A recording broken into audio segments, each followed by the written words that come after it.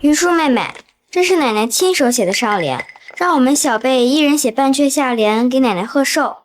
我们都写过了，现在到你了。楚家，奶奶寿宴，这是20年前的楚曼千，我重生了。妈，不要丢下我。云舒，是妈妈没有，才能留住我的。现在还要抛下哟，弟妹在楚家被搓磨这么些年，还能坚持到现在，真是不容易。皇曼弟，这勾引我爸的贱货！云舒妹妹，你别生气嘛，是小叔，他知道你和沈娘快要死了，让我和我妈来送你们一程。这样的话，小叔和楚家都是我和我妈的。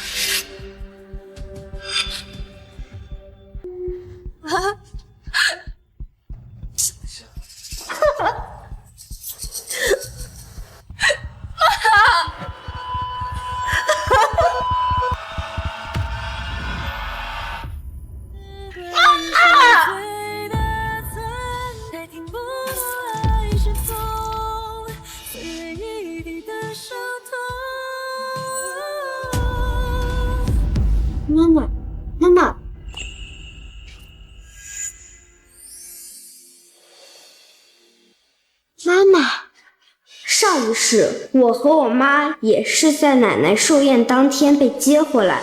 妈妈性子淡薄，不争不抢，才让死了丈夫的毛曼丽和楚曼千有可乘之机，不但勾搭我爸，还逼死我和我妈。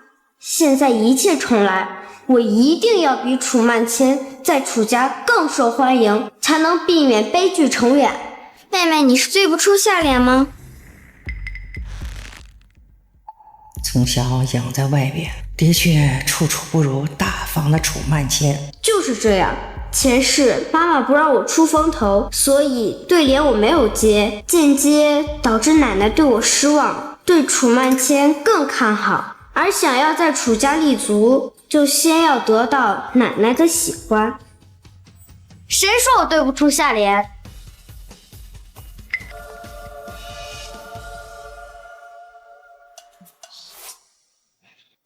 这半阙上联是奶奶出的，既然大家已经对过了，那我就另写一副给奶奶贺寿吧。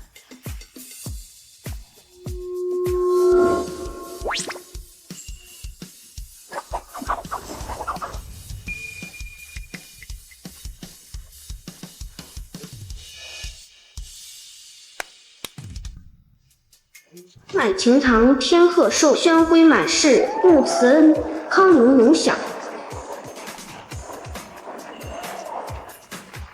这孩子文采不错。云舒妹妹，奶奶平时最讨厌故意卖弄的人了，你如今又另写一副对联，是想让大伙儿都知道奶奶的文采不如你吗？云舒不是这个意思，弟妹啊，云舒不是这个意思，那又是哪个意思？云舒是奶奶的孙女，有奶奶的血脉传承，所以云舒才能写出这样的对联，是吧，奶奶？奶奶，你看我说的对不对呀？我掌管楚家几十年，严肃惯了，这所有人都惧我怕我，不肯跟我亲近。这孩子倒是和别人不一样。没规矩，这里是楚家高门大户，满堂宾客接待，你趴在老夫人怀里像什么样子？赶紧给我下来！我看没规矩的是你。妈，宾客都到了，你不在这招待宾客，还愣着干什么？是。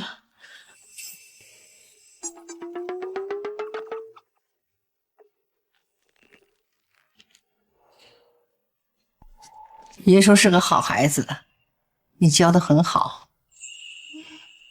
可惜你爸爸不在了，你爸爸要见到你现在这样，一定是高兴坏了。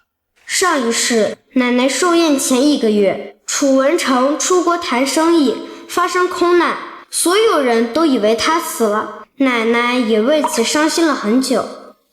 奶奶，我听人说爸爸的飞机出事了。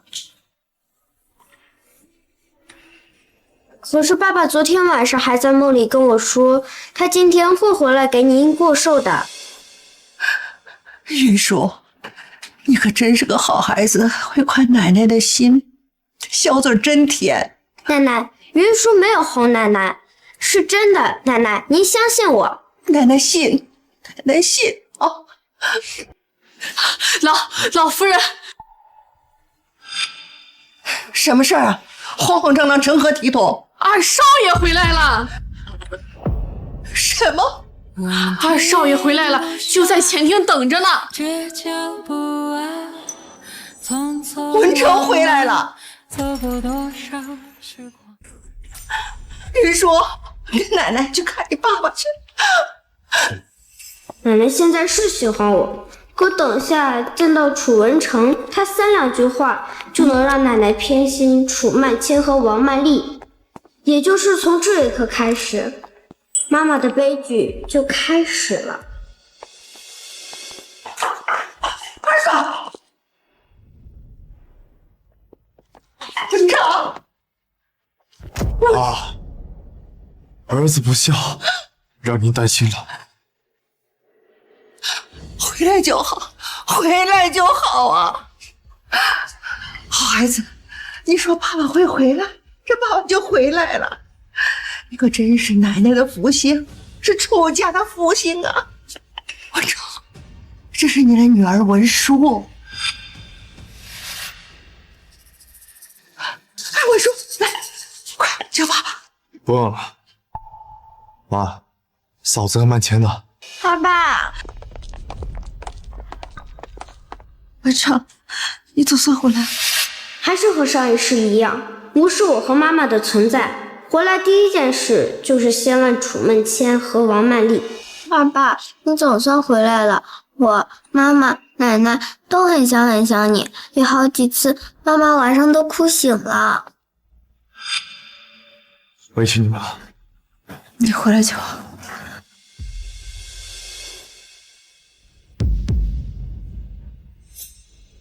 上一世楚曼谦和王曼丽没有出来迎接楚文成，这一世反而出来了。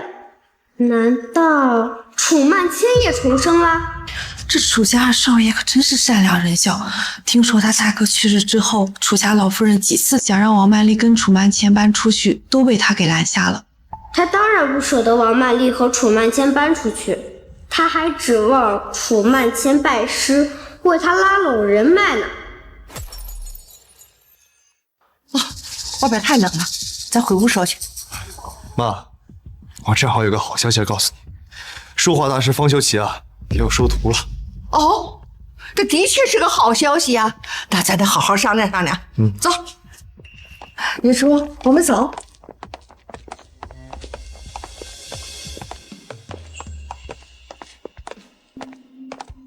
妈妈，你跟奶奶先去，妈妈跟着呢。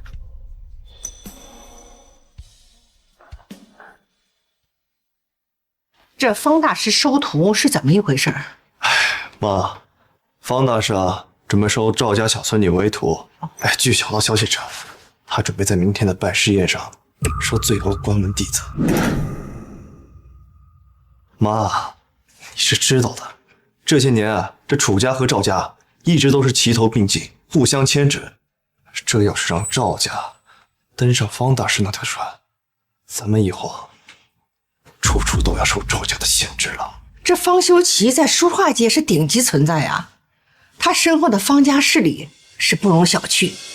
上一世赵家搭上方家这条线后，开始处处压楚家，如果不是奶奶请娘家帮忙，几乎要被赵家吞吃殆尽。云舒，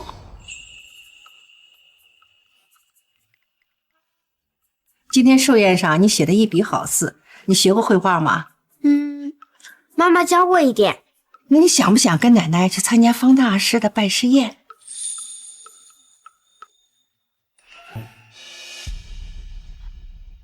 文成，妈，你们要是没别的事儿，我就先带曼千回去了。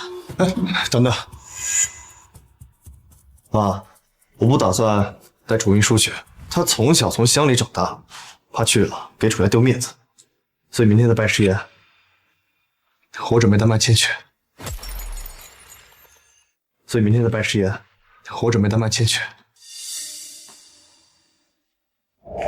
谢谢二爸，我一定会让方大师收我为徒，不给二爸丢脸。方修齐对楚家至关重要，如果我能让他和楚家建联，对楚家来说是天大的好事。奶奶，爸爸是不是不喜欢云舒呀？云舒，怎么能这样说呢？奶奶喜欢你，爸爸也肯定喜欢你。文成，你怎么能这样说话呢？云舒是你的亲生孩子，他年龄这么小，你怎么当着他面说这些事呢？二爸，要不我还是不去了吧，奶奶都不高兴了。妈，正因为云舒是我的孩子，所以我不能太偏爱他。大哥去世的早，曼千和嫂子就没人照顾，我对他们好点，难道不是应该的吗？又是这套说辞，上一世他就是用这套说辞骗奶奶和妈妈。其实王曼丽嫁给大伯前，他们两个就在一起过。云舒，曼千是你姐姐，你应该懂得尊重。楚家讲究的是同气连枝，手足间应该互相友爱。明天的拜师宴叫曼千去。接下来就该说你一切要学你姐姐。这一切都要多学学你姐姐。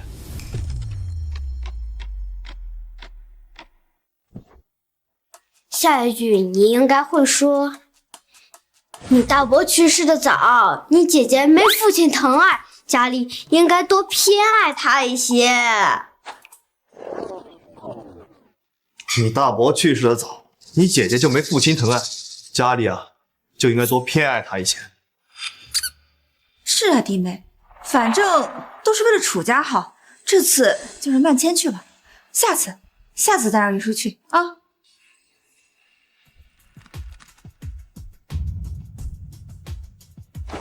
奶奶，可是云舒真的很想去，您能帮云舒向爸爸求求情吗？楚云舒，你是怎么回事？听不懂我说话还是什么？文成，云舒是你的女儿，你对我如何我都不计较，但她既然想去，你闭嘴！你一点规矩都没有了，没人教过你，在楚家，男人说话的时候，女人就应该闭嘴。我在教小孩子，你要是再插嘴的话，就给我去祠堂跪着。文成，你大哥去世的早，你帮助曼千母女俩，我也不说什么，但你也不能这样偏心呐。妈，曼千是大哥唯一的血脉了。再说了，我这也是为了楚家好啊。你明明觉得楚曼千是你的孩子吧？云舒，你告诉奶奶，奶奶要是不带你去拜师宴，你是不是会不高兴？那你告诉奶奶，为什么想去拜师宴呢？因为妈妈之前跟我讲过，方大师是最厉害的说话大师。奶奶刚才也说过了，方大师家非常有实力，如果云舒拜他为师，就可以让他常来楚家，这样就可以帮助奶奶和爸爸了。这孩子这么小年纪就知道为家族着想。萧月兰，你看把云舒教成什么样子了，一点都不懂礼貌。你闭嘴！妈，你不是要带曼千去参加拜师宴呢？那你带去好了，我呀要带着小云舒去参加拜师宴了。谢谢奶奶。楚云舒，你敢跟我抢风头，你等着。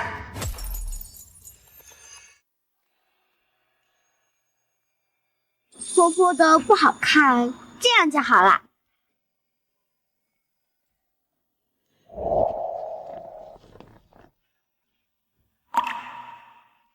这里的一砖一瓦可都是您的心血，谁家小姑娘在这里乱涂乱画？我去赶她走。等等，让她画完。漂亮多了。哎呀，奶奶该着急了。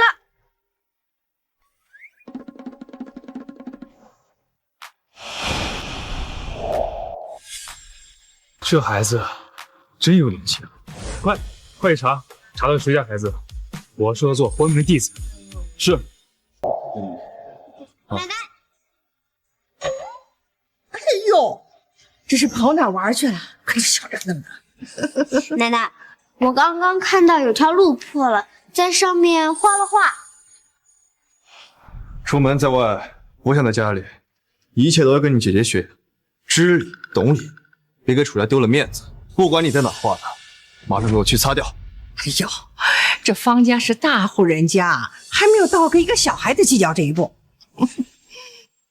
啊，今天拜师宴，方大师不仅会收赵家小姐，还要再多收一个。要是把所有小孩都叫上去，他不听规矩乱跑怎么办？哎呦，姨叔啊，有福气，咱们这次错过了，还有下次呢。怎么回事？都到点了呀，方大师怎么还没来？是啊，哎，来了，快看，那位就是方大师的助理呀。大家安静一下。想必各位都已经听说了，除了赵家小姐，方大师这次还会在现场再挑一个孩子收徒。这里是今天的题目，请各位小辈都来看一下。咦，这不是我刚才画的那幅画吗？这里是今天的题目，请各位小辈都来看一下。这可是千载难逢的机会啊！我要去告诉本家，把家里最有天赋的孩子带来。王谦，以你的能力，一定会得到方大师的赏识的。凭我上辈子的经验，碾压这群小孩，还不是手到擒来？大家都安静一下。这幅画就是先生为此次考核准备的主题，请大家一定要遵循主题。没想到一时兴起的涂鸦之作，居然引起了方修齐的注意。既然如此，那我接下来做什么都会事半功倍。大家有1炷香的时间，现在开始。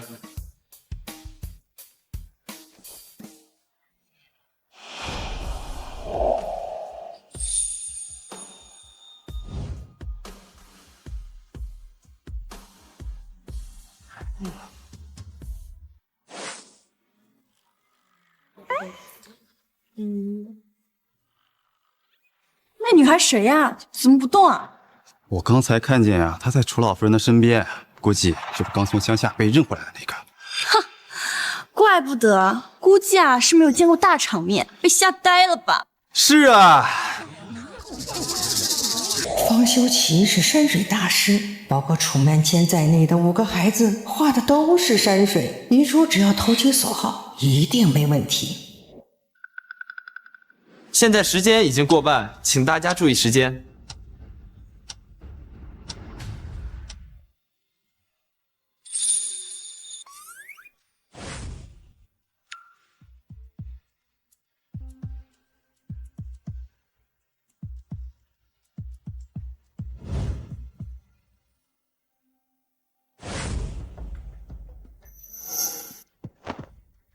妹妹，你要是害怕，就别上台。你现在上来了，又被吓成这样，连笔都不敢碰，这不是给我们楚家丢人吗？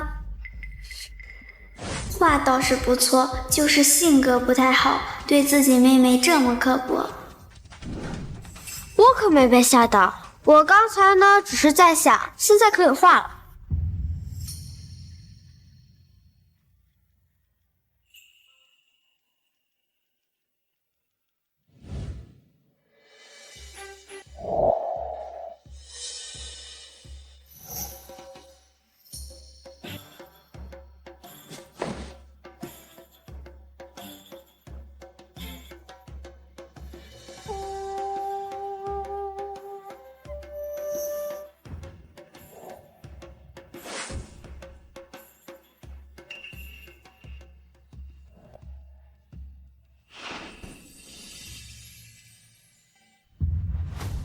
这孩子怎么回事？方修齐最讨厌人画瞎。妹妹，你怎么能画瞎呢？字画界谁不知道，方大师最讨厌画瞎的人了。你这是在故意挑衅方大师？你要把楚家的脸都给丢尽了吗？听说方大师之前收了位非常得意的弟子，就因为炼化时画了幅虾，所以被逐出师门了。方大师可是脾气过得很呐，这次出家恐怕要被当众嘲讽了。你干嘛？这是我的画，是方大师没来之前赶紧把这幅画毁掉，要不然二爸和奶奶都要被你害惨了。妈，麦谦说的没错，趁方大师没来之前，赶紧毁了他。奶奶，玉书，这次你爸爸和麦谦做的是对的，不能奶奶喜欢你宠了你就出家利益就不顾了。来，把画啊快给你爸爸。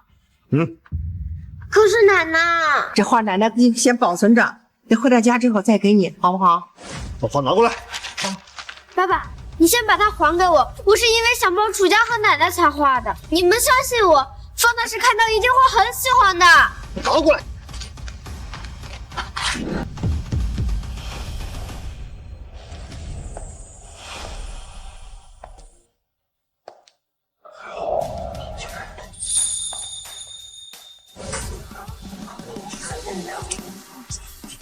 方大师到。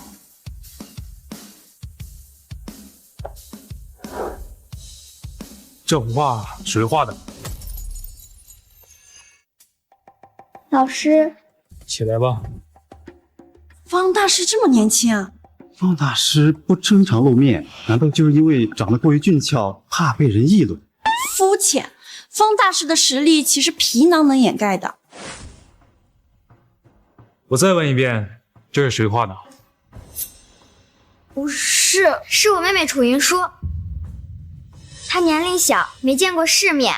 其实大家都告诉她让她画山水画了，可她非不听，非要画虾。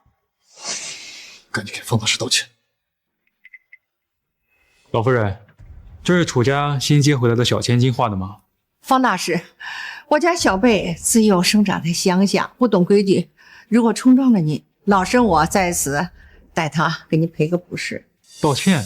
方大师，人人都说您最厌恶画大虾，就连您最得意的学生，就画了一笔就被逐出师门。是要道歉，不过应该道歉的是我。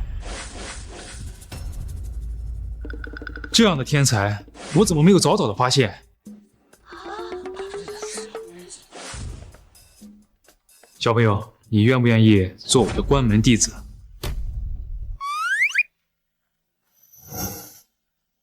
要问我奶奶。方大师，您这是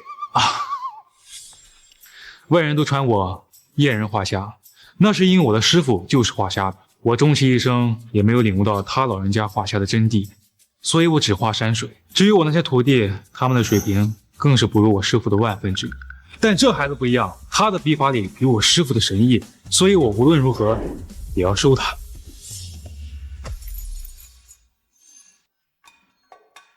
这小丫头居然这么厉害！楚老夫人，您这孙女年纪轻轻就能得到方大师这番夸赞，将来在书画界一定会闯出一番名堂。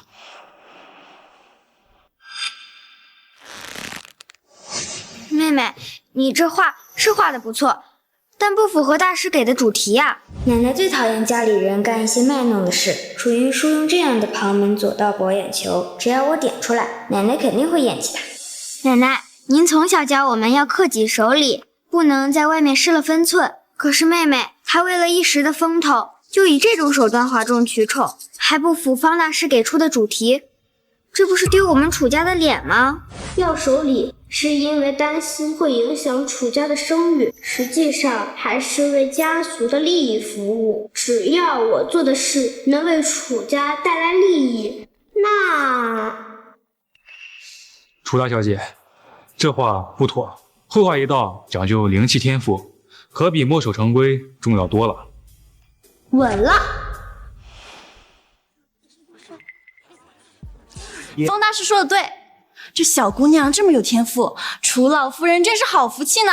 楚先生，您家有这么一个女儿，将来你们楚家的声望一定会更上一层楼啊！就算你们再怎么夸她，按奶奶不喜欢张扬的性格，楚云舒也绝对讨好不了。奶奶，您别怪妹妹，她年龄小，从小又在乡下长大，自然行为放肆。等咱们回去了，没有外人了，再慢慢教育她。云舒，过来。奶奶肯定要训他，这下有好戏看。奶奶，云舒只是想着奶奶平时总为家里的事操劳，所以云舒想画一幅好看的画送给奶奶，让奶奶开心。奶奶，您别怪妹妹，她没受过楚家的正规教育，自然不知道拜师这种是多大的事儿，才会说出这种乱话。谁说我要怪玉书的？玉书有这份孝心是非常珍贵的，倒是你身为姐姐，不仅不为妹妹的成就感到高兴，反而冷嘲热讽的，这就是你学会的克己守礼。明明奶奶以前最讨厌哗众取宠的行为，现在楚云舒这个野丫头干了，她却当众训斥我，真是偏心。妈，曼倩也是关心妹妹，没别的意思。不过话说回来，云舒的话是挺新奇的啊。不过方大师拿出来的佳作，那真的是灵韵十足啊！要我说，能画出这样的画，那真的是具有灵气天赋的人呐！爸爸，其实那幅画就是我画的呀。刚才我在院子里看到有个地方破损了，所以就想画幅画遮掩一下。你别胡说，那是方大师拿出来选图主题的画，怎么可能是你画的？那肯定是方大师自己的作品了。楚先生，这你可猜错了，那画确实不是我画的。那画是在宴会之前，我在院中的路面上看到的。当时我只看到一个小孩的背影，没有看清楚是谁。想不到是你这个小家伙。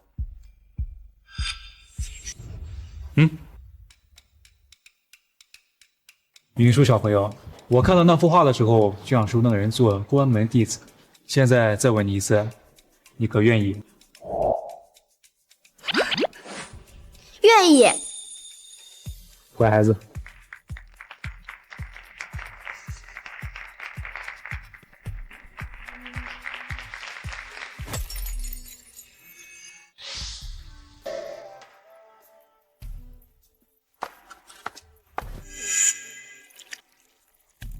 弟子赵念熙愿拜方先生为师，潜心研学，不负师恩。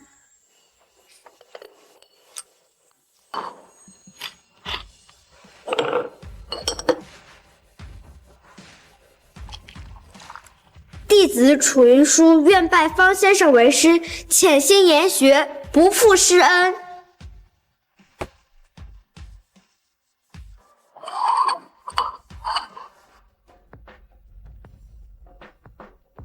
好熟悉的味道，这是药茶，谁给你准备的？是的，老师，这药茶是我妈妈给我准备的。妈妈说喝了它可以补气培元，少生病，所以云舒想把它分享给老师，让老师也健健康康。嘴上说的好听，我看你就嫌这药茶苦，想趁机少喝点吧。小滑头。好了，继续吧。下面开始拜师礼，一拜老师教我学习，拜；二拜老师教我做人，拜；三拜老师伴我成长，拜。请老师回礼，礼成。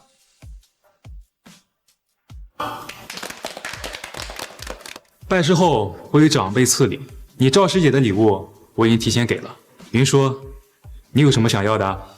云舒喜欢好吃的，也喜欢好玩的，但是老师，别人都说你很厉害，那你能不能帮帮奶奶？奶奶每天要操心家里的生意，很晚才能睡。如果老师想送云舒礼物的话，那云舒想要奶奶更多休息的时间。云舒，乖孩子，你放心，既然收你为徒，你家的生意老师自然会多多照顾。小小年纪就会为家族打算，还这么懂事孝顺，可比只会在外人面前争来争去，把家族矛盾闹到台面上的强多了。奶奶，我以后就有老师了，以后的老师还能帮忙照顾家里的生意。你看我是不是超厉害？厉害！云舒是我们楚家最厉害的了，你呀，真是个小福宝。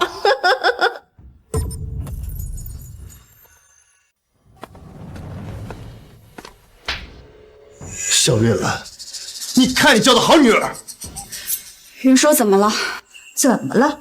你不要以为你女儿有点小聪明，上我们家曼千在拜师宴上丢了好大一个人。像方大师那样大师，本该就是我们曼千的。珊珊，我真的很想拜方大师为师。云舒妹妹年纪还小，以后肯定会有很多机会的。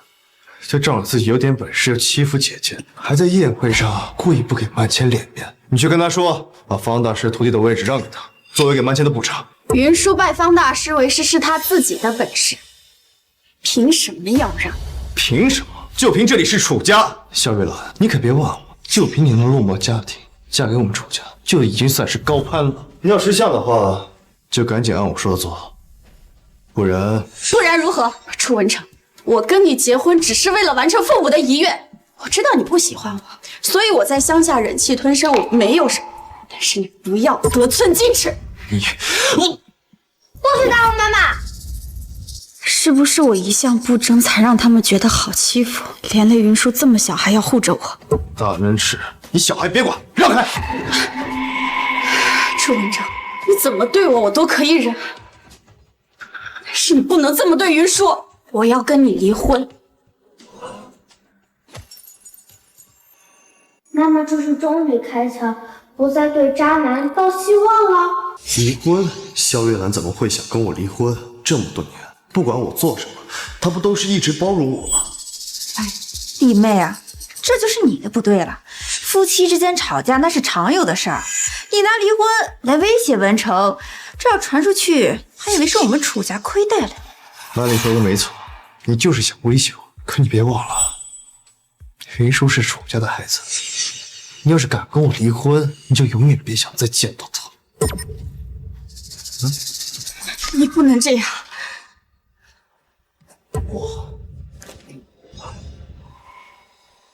走。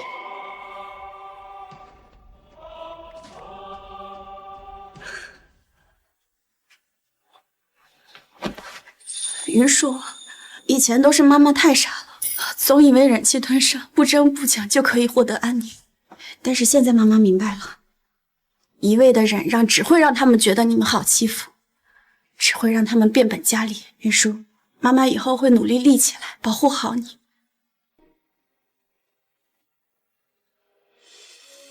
虽然妈妈不再对渣爹抱希望是好事，但是也确实因此受到了不小的伤害。妈妈，你放心，你受的委屈我会加倍帮你讨回来的。奶奶，你有没有见效快的消肿药膏呀？哦，这好好的要消肿药膏干什么？你受伤了？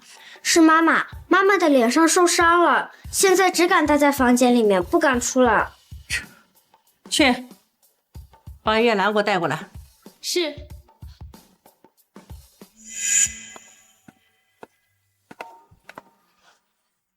月兰，你脸上的伤是怎么回事？是爸爸昨天晚上打了妈妈的脸都肿了，云舒好害怕。妈，我的脸是我自己昨晚不小心摔伤的，您别听云舒瞎说。妈妈，我没有瞎说。老夫人是楚文成亲妈，跟云舒到底隔了一层，不能让老夫人对云舒有所不满。她是我们现在唯一的靠山了。妈，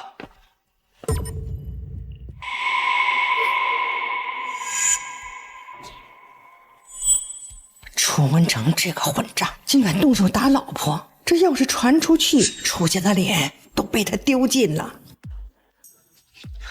奶奶，爸爸让我把老师学生的名额让给曼千姐姐，但是我不想呀。什么？我怎么会有这么蠢的儿子？这名额是能让的吗？就算云舒愿意让，也不看看人家东方大师愿不愿意收。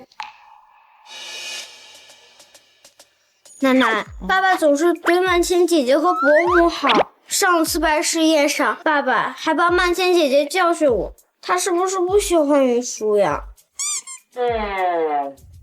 文成一直偏帮，再这么下去，岂不是成了霍家之源？而且这小叔子跟大嫂，要是真出点什么事儿，这楚家的声誉可就完了。今天我宣布一件事，曼丽和曼千搬到西边北院住。妈，这不好好的吗？怎么让大嫂搬到别院去住呢？这主院又不是住不下。你大哥去世，你又正值年壮，你大嫂在你面前晃来晃去的，对你名声不好。妈，自从文心去世以后，我在楚家小心翼翼的，从不敢给您添麻烦。不知道您这是听了谁的闲话，这样误会我。是不是你们两个在妈面前搬弄是非，误会我们了？蠢货！奶奶现在正是怀疑你们的时候，你在这儿说的越多，奶奶的想法越坚定。这还用说吗？月兰脸上的伤啊，在这摆着的。我活这么大年纪都没有听说过出家的男人打老婆。我那也只是一时冲动嘛。不必再说了，我这也是为了家族传承，这树大分支，家里只能留有一脉。他要是不搬走，你就带着老婆孩子出去过。算了算了，妈一向说到做到，现在真的气头上，说什么都没用。其实这样也好，搬到别院去，我跟曼丽的事就更不容易被发现了，省得在妈眼皮子底下，每次去找曼丽啊，都是提心吊胆的。嫂子曼千，要不你们就听妈的话啊，别院那边安静又舒适，我也会经常来看你们的。没用的东西，关键时候还不如我外面养的情人靠得住，人家至少不会扯我后腿。行了行了，别在这杵着了，来吃饭。还有一件事啊，我这年纪大了，是时候该在楚家的小辈中选一个继承人的问题了。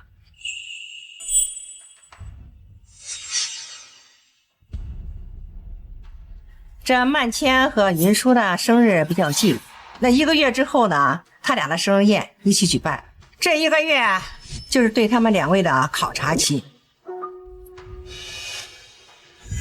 妈，这事不急，我刚继承楚家的生意，这继承人啊，可以以后慢慢培养嘛。你糊涂短视，亲疏不分，楚家要是交给你，离败落就不远了。而且，老夫人，楚少的肾部在失踪期间遭受过重击，往后在指示方面恐怕有所影响。这事文成估计啊，一般会接受不了，你们先替他瞒着。曼千和云舒如今是楚家唯二的血脉，让你来培养，我可不放心。楚家是靠中医药起家的，你们2位各选一个中医药馆经营，1个月后我将看结果。毕竟你们2个的年纪小了点，可以向各自的妈妈求助，但是文成，你必须保持中立，不能向任何一方提供帮助。老夫人，方先生派人请云舒小姐去画室练画。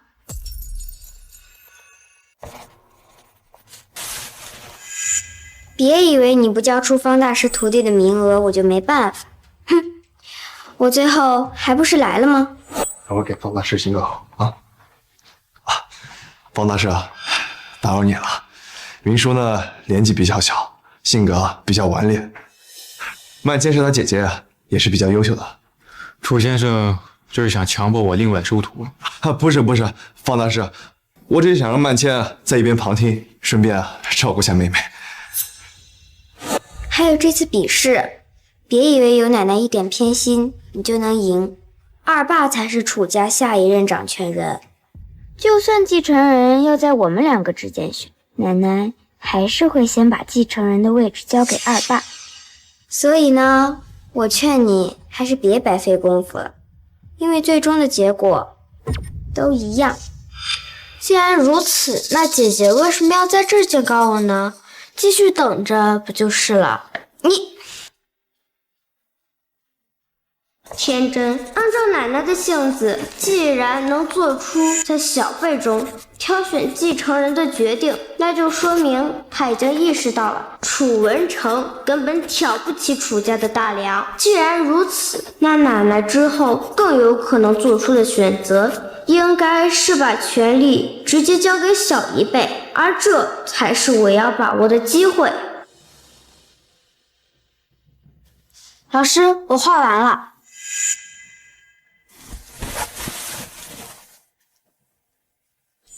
云叔这画今天画的真不错。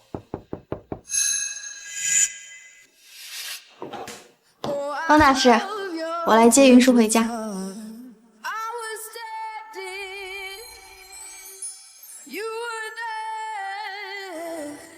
他给我的感觉好熟悉，我应该在哪见过他？妈妈！云叔今天的任务完成的不错，不过如今时间还早，你来接他是有什么其他安排吗？对，我今天想带他去药材市场逛一逛，然后看看还有什么需要买的药材。我在药材市场那有些人脉，如果你们需要的话，可以帮你们引荐，有个内行人也能少走一些弯路。不用麻烦了，我们自己看看就好了。不麻烦，我正好有事去药材市场一趟，顺路。那好吧，辛苦你了。方大师，这是我画的画，你能不能看一下，有什么需要改进的？还行，继续努力。我们云叔的画倒是进步很大，这次老师帮的忙，是不是应该感谢一下？云叔在给老师画一幅画，就是你在拜师宴上画的画，比那幅画更有进步哦。好，云叔答应老师要画一幅更好看的画。真乖。那曼千，你在这里稍微等一下，你妈妈一会儿就来接你，好吗？我们走吧。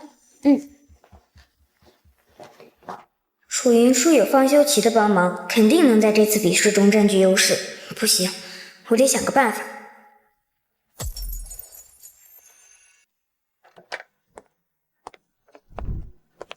阿谦，今天你妈妈去商场还没回来，我走了接你。二爸，云舒妹妹和婶婶他们去药材市场了解行情了，就连方大师都帮他们引荐人脉。你也帮我联系一下药材市场的人嘛，要不然我就比不过云舒妹妹了。曼千啊，你奶奶可说了，考察期间我不能帮你们任何一个人，我要是帮你，被奶奶知道就不好了。可是二爸，我一直把你当亲爸爸看待，你现在连这点小忙都不愿意帮我，难道你也觉得我不如云舒妹妹？怎么会呢？啊，曼千，我……爸爸，你就帮帮我嘛，我以后一定会好好孝敬你的。你刚叫我什么？爸爸。是你妈妈教你的。看来曼千真是我跟曼丽的孩子，但这话可不能被其他人听到。我可以帮你联系药材市场，但你要注意，千万不要在你奶奶面前说漏嘴了。还有你叫我爸爸这件事情，不能再让其他人知道了。好，走。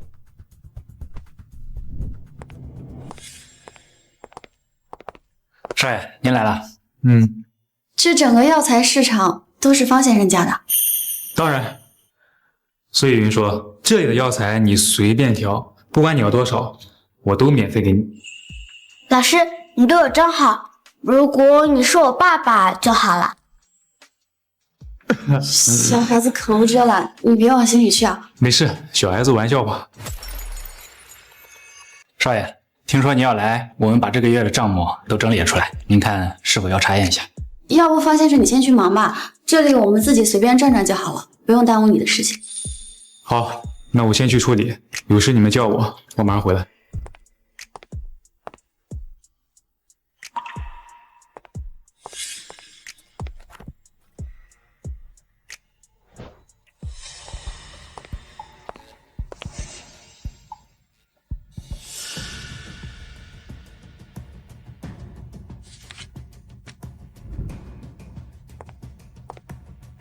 你怎么来了？曼丽有事要忙，要像曼千一个人，她又想来药材市场，所以我带她过来看看。楚先生，您订的药材已经准备好了，看在您的面子上，特意给您拿最好的药材，价格还给您打8折。云舒妹妹，是你先借用方大师人脉的，你这样就算最后赢了，也是胜之不武。云舒啊，你回来的时候我是怎么教你的？大家族应该同气连枝，手足间。云舒拜方大师为师是他自己的本事，老师帮自己的学生又有什么问题啊？倒是你，我记得妈说过，考察期间要保持中立，可是你现在公然帮助曼千。爸爸，你不顾奶奶的话，偏帮曼千姐姐，我要去告诉奶奶。你。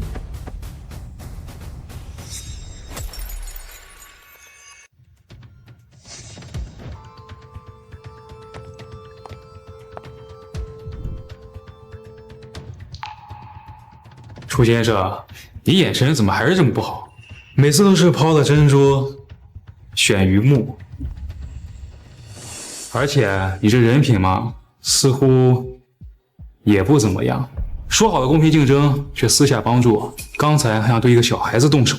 这是我们楚家的家事，应该轮不到方大师一个外人来管吧？我是云舒的老师，我护着我的徒弟，天经地义。只有你所谓的家事影响到了云舒，那我就要管。老师，你真好，爸爸欺负我和妈妈，你却帮助我们。我从书上看到一句话：一日为师，终身为父。老师这个爸爸可比我的爸爸强多了。那是，我们云舒这么可爱，对你不好的人，那才真是瞎了眼。云舒，走，我们去里面看药材，不要被无关紧要的人影响了心情。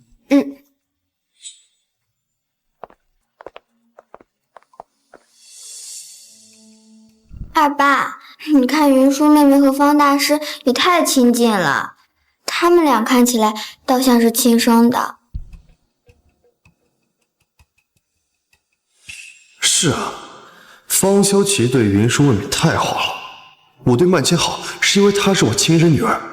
方萧琪呢？萧月兰，你最好别背叛我。千金放在哪？在这儿。没有。这呢？也没有。我记得上一世有人从这本中医书里研制出了特效药，对增强体弱孩童的免疫力很有用。要是能提前研究出来，这次的比试就稳了。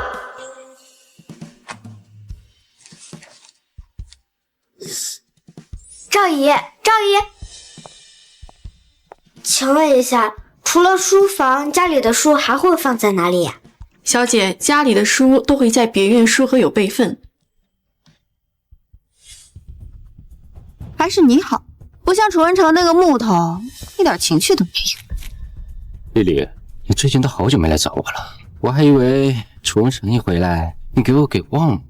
唉，最近曼千正在跟那个野丫头在比试，我也是怕被他抓到把柄，这也是不得已的事儿。说起曼千，咱们什么时候再跟他摊牌啊？明明我才是他的亲生父亲，楚家那两个没用的，哪生得出曼千这么聪明的孩子？你急什么？博安昌在老夫人那儿的眼线告诉我，楚文成已经不能生了，而且他以为曼千是他的孩子。等咱们解决了那个野丫头，楚家呀就都是咱们了。真的吗？你可真是我的大宝贝。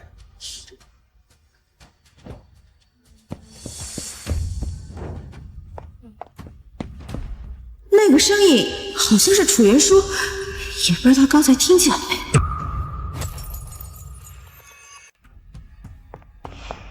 曼千，你黄叔叔来了，我刚才跟他在院子里说话，好像被楚云舒撞上了。什么？我最近不是让你老实点，少跟你的情人见面吗？我也不知道会这样啊，现在该怎么办啊？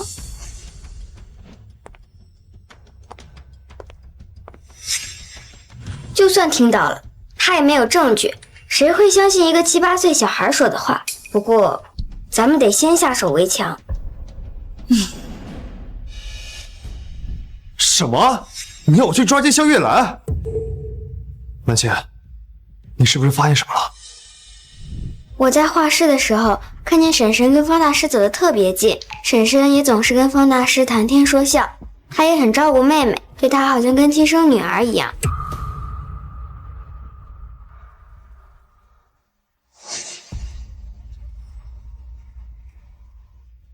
我该怎么做？等她生日宴那天，咱们找机会给萧月兰下点药，趁她神志不清的时候，你再去问她，不就什么都清楚？好，我帮你们。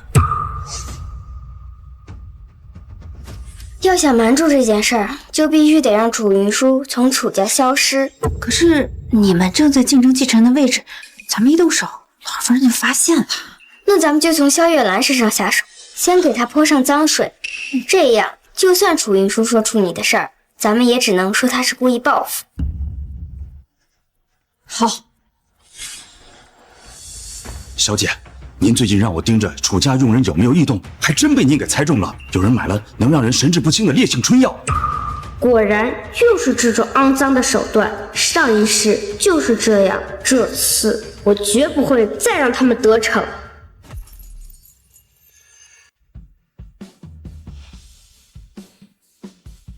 我这个最好看了，我这个才好看呢。那打打。云舒，万千昨天说了一句话，让我很是感慨。万千说，孩子的生日啊，就是母亲的受难日。他准备在自己生日宴之前呢，给自己妈妈先敬杯茶。你也多学学你姐姐，去给你妈妈倒杯茶。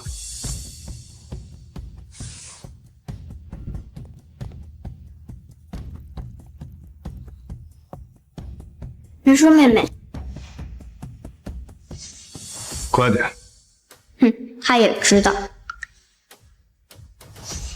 好啊。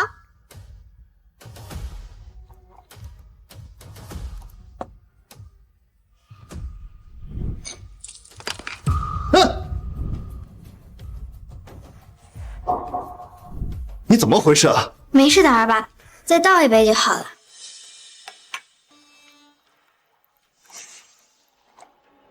兰丽，月兰，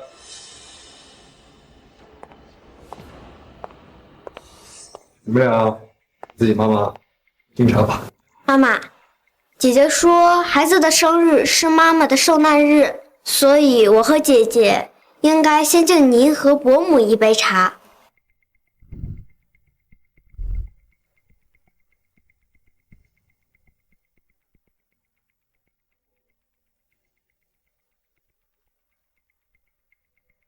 爸爸，按照姐姐的说法，我应该也要敬您一杯。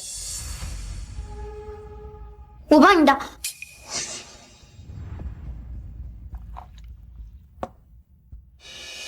谢谢姐姐。爸爸，感谢您把我带到这个世界上。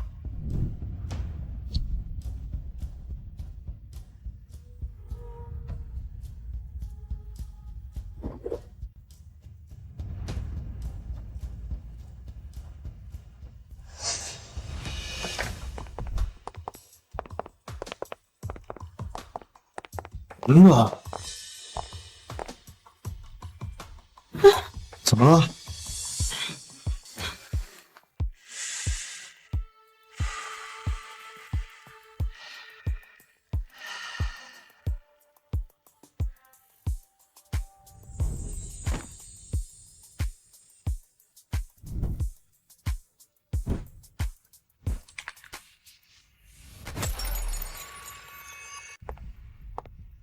这客人到都差不多了，云城他们上哪儿去了？怎么不见一个人呢？时间到了，奶奶，要不我们去找婶婶吧？刚才看见婶婶去了你的房间，不知道要干什么。去了我的房间？一切都准备好了。等奶奶看到屋里的情况，楚云舒他们就完蛋了。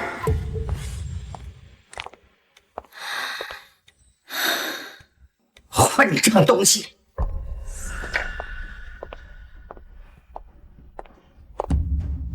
你们！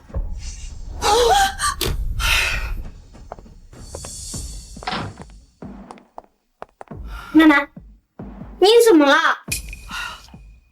你们赶快回去，快回去！奶奶，里面发生什么了？奶奶看起来这么生气，肯定是计划成功了。文渊说：“我看你们母女这次怎么翻身。”妈，怎么回事？他在这儿，那屋里的人是谁？玉兰，妈妈，奶奶刚才在宴会厅上没看到你，所以过来找。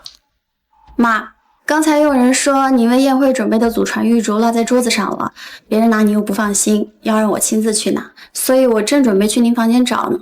但是半路又有人说为宴会准备的菜品不齐，所以就耽搁了一会儿。妈，是不是我太慢了，您等着急了？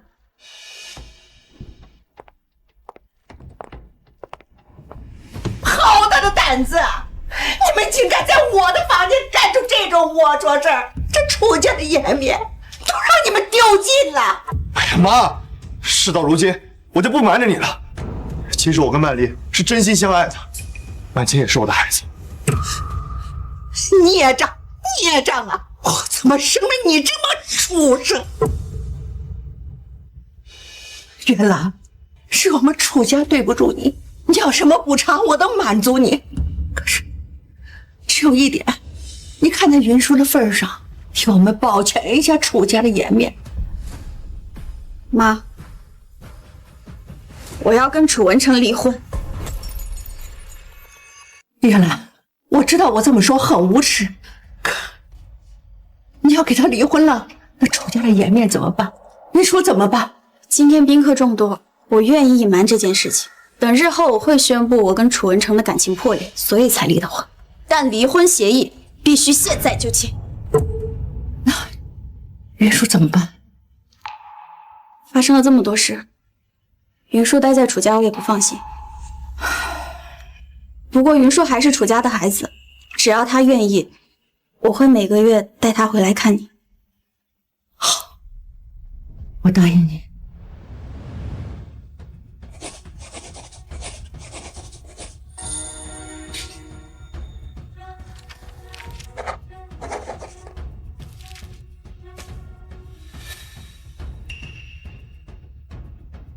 云舒，走。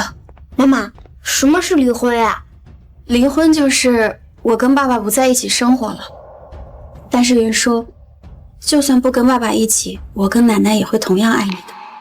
妈妈，我刚才听爸爸说曼青姐姐是他亲生的，是不是因为这件事你们两个才要离婚的呀？曼青姐姐为什么会变成爸爸亲生的？因为爸爸和伯母做错了事，连累了曼千姐姐。但这并不是曼千姐姐的错，是妈妈自己的决定，是妈妈要离婚的。伯母跟爸爸做了错事？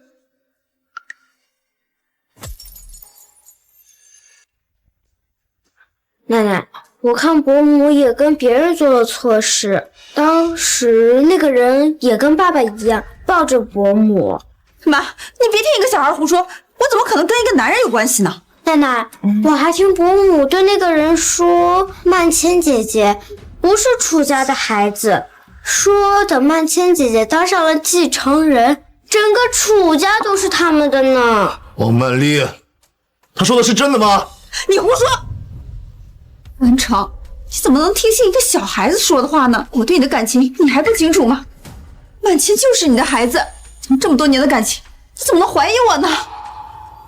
老夫人一向注重楚家的声誉，绝对不会去做亲子鉴定。我只要咬死是那小兔崽子撒谎，就还有翻身的机会。妈妈的反应不对劲，太太心虚。难道我真不是楚家的孩子，不是二爸的女儿？不对，现在不是纠结这个的时候。楚云说，你就是嫉妒二爸偏疼我，故意在这儿胡说八道。我没有胡说，伯母真的跟那个叔叔说了，而且我还看到了那个人长什么样子，我可以把他画出来。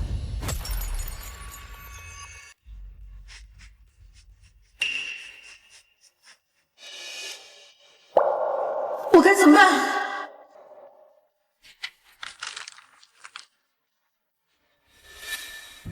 现在我跟黄有明的事是瞒不住了，但是曼千血脉的事还有回旋的余地，绝对不能让曼千跟我一起被赶出楚家。你还有什么话好说？这个人我认识，他是青州剧院的黄有明，云舒根本没见过。妈，我承认我跟黄有明是有关系，但这不代表曼千是他的血脉呀。这可是你亲口说的。我没有说过，是你叫你女儿陷害我的，是不是？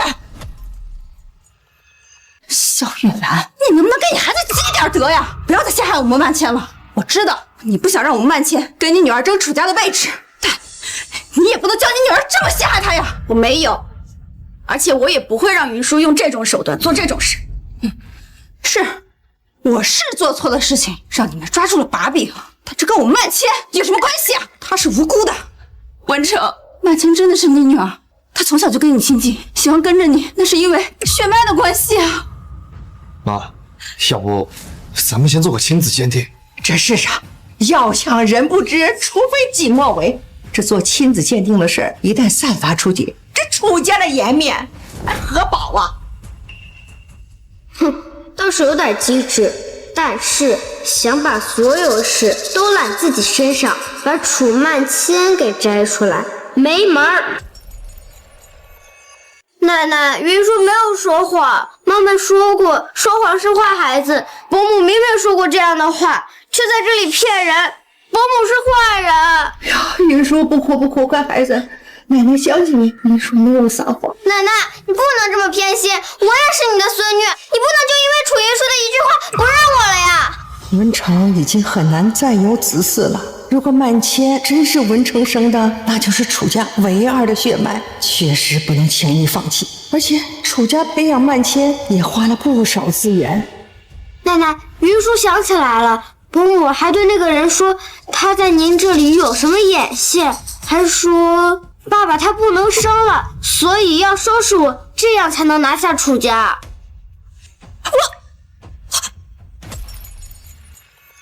什么？妈，您说这话什么意思啊？什么叫我不能生啊？狄生姐，难道这是光彩吗？我怎么会有这么蠢的儿子？现在是说这些的时候吗？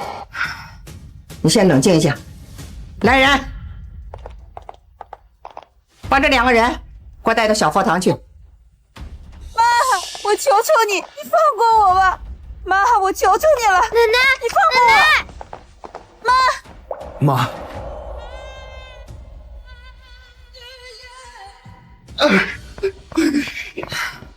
月兰，你也看到了楚家现在的情况，云舒很可能是楚家唯一的血脉。算我老婆子求你了，能不能先带着云舒留下来？我给你保证，你和云舒在楚家不会再受半点委屈。云舒，你就忍心丢下奶奶一个人在这儿吗？果然，一旦知道楚曼千的血脉存疑，奶奶就绝不会轻易放我和妈妈离开。正好，我现在也没有离开的打算。妈妈，奶奶对云舒很好，云舒不舍得奶奶。好，云舒，奶奶就知道你是个有孝心的孩子。云兰，你看，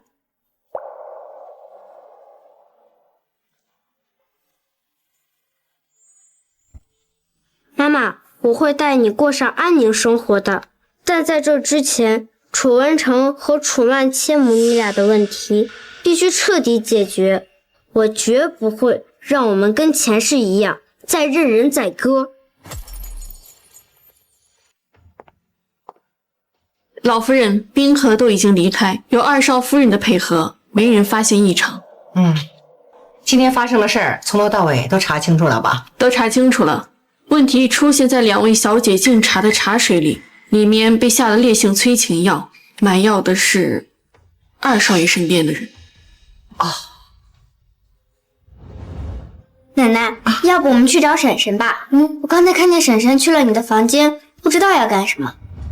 妈，刚才有人说你为宴会准备的祖传玉镯落在桌子上了，别人拿你又不放心，要让我亲自去拿，所以我正准备去您房间找呢。今天月兰跟我说，有人引她去我的房间，是怎么回事啊？那佣人是大少夫人安排的。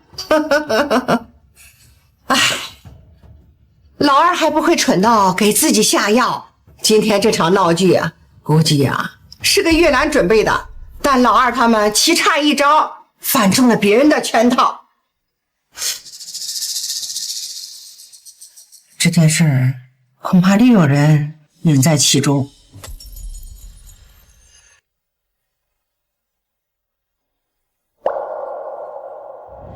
爸爸，按照姐姐的说法，我应该也要敬您一杯。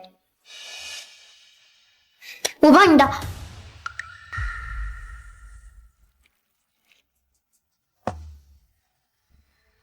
谢谢姐姐。爸爸，感谢您把我带到这个世界上。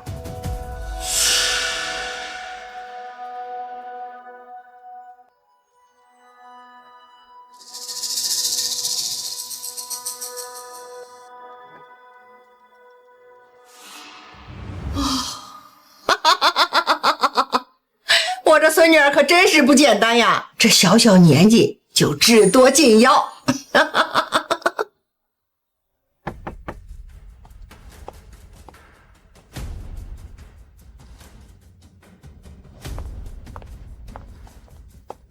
妈，你是来问你子嗣情况吧？是。看看吧，看看吧。这个是你刚回来的时候医生给的诊断书。肾部遭到重击，气死已坏。我担心你承受不了这么打击，就替你瞒了下来。所以我警告你，楚家下一代的血脉很可能就剩下云舒了。你要是再敢做蠢事，别告我下狠手，收拾你。儿子明白。行了，你出去吧。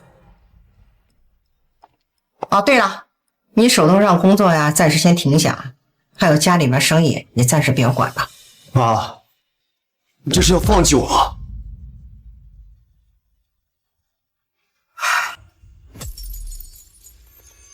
今天这事儿，恐怕奶奶已经知道有我的手笔了。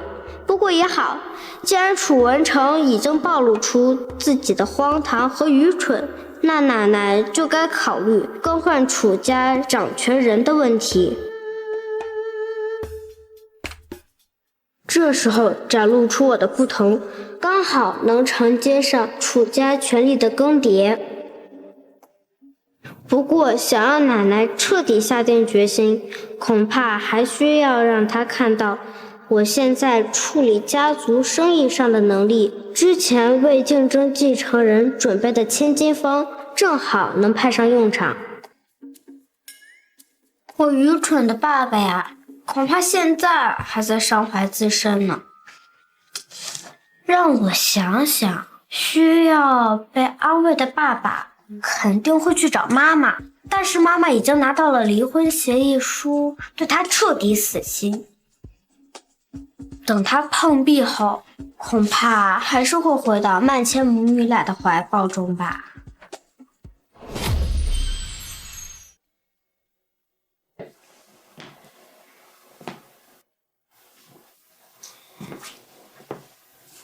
玉兰，玉兰，咱们再好好谈谈。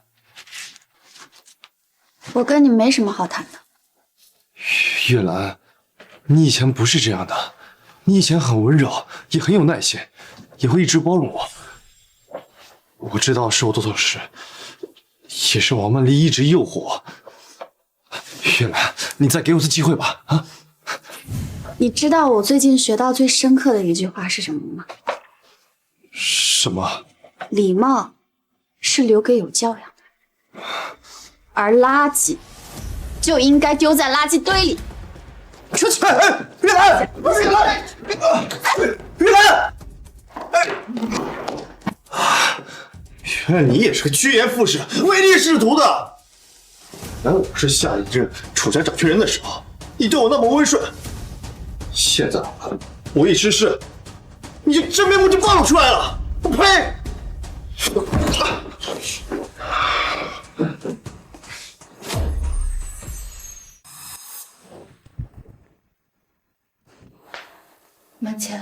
妈，对不住。没事，都会没事的。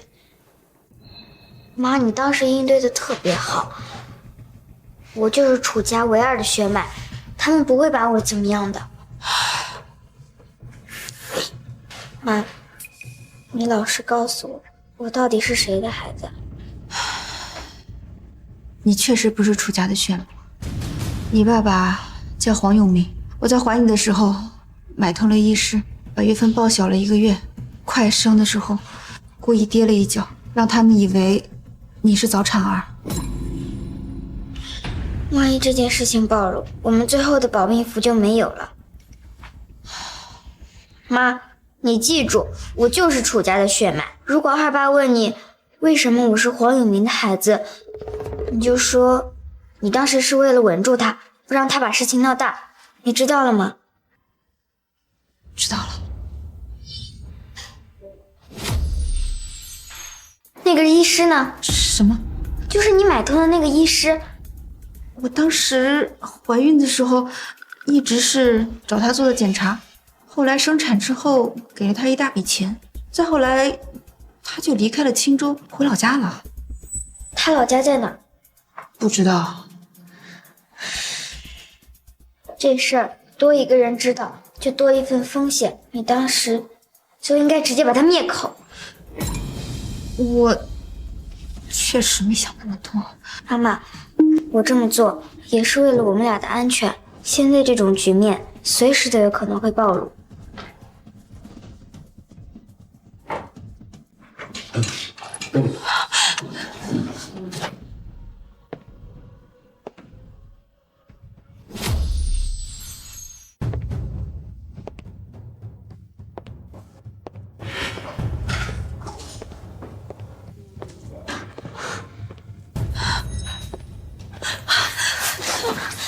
爸爸，你救救妈妈吧，她只是一时糊涂，她已经知道错了。谁是你爸还不一定呢。文成，你也知道那些戏子为了红有多么不择手段，我这也是被他迷惑了，才被他抓住了把柄，不得不屈从于他呀。是啊，爸，我刚才已经问过妈妈了，我就是你的女儿。而你也了解的，妈妈她最疼我了，她不会跟我撒谎的。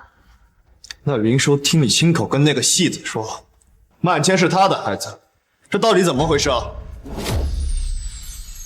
曼青猜中了，他果然会问。我这样说，只是为了稳住他，不让他把事情闹大呀。文成，咱俩这么多年的感情了，你也知道。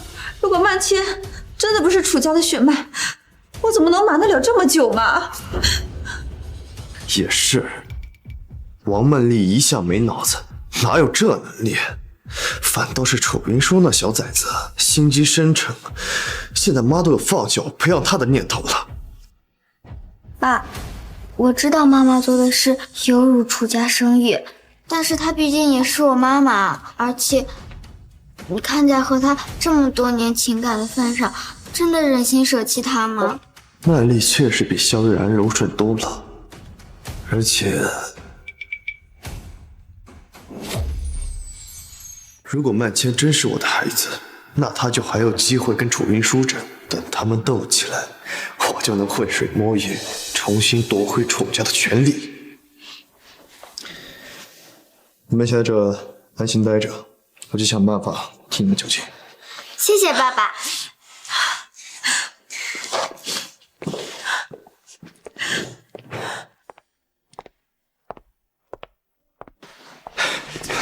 小姐，夫人，您来了，快坐。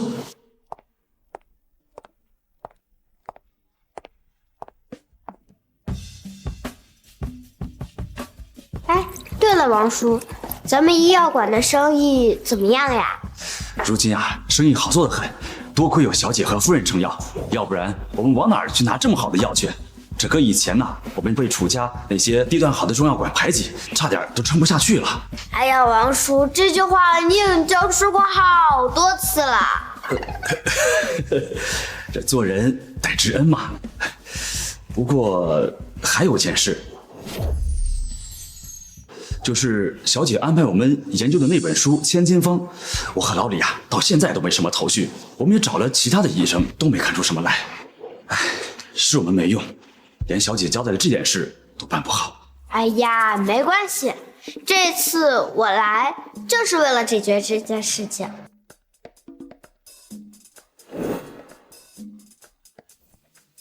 你们猜这是谁？小姐的妈妈，楚家二少夫人。就别卖关子了，这是医药世家萧家的后人，医道圣手唯一的传人萧月兰，当然也是我的妈妈。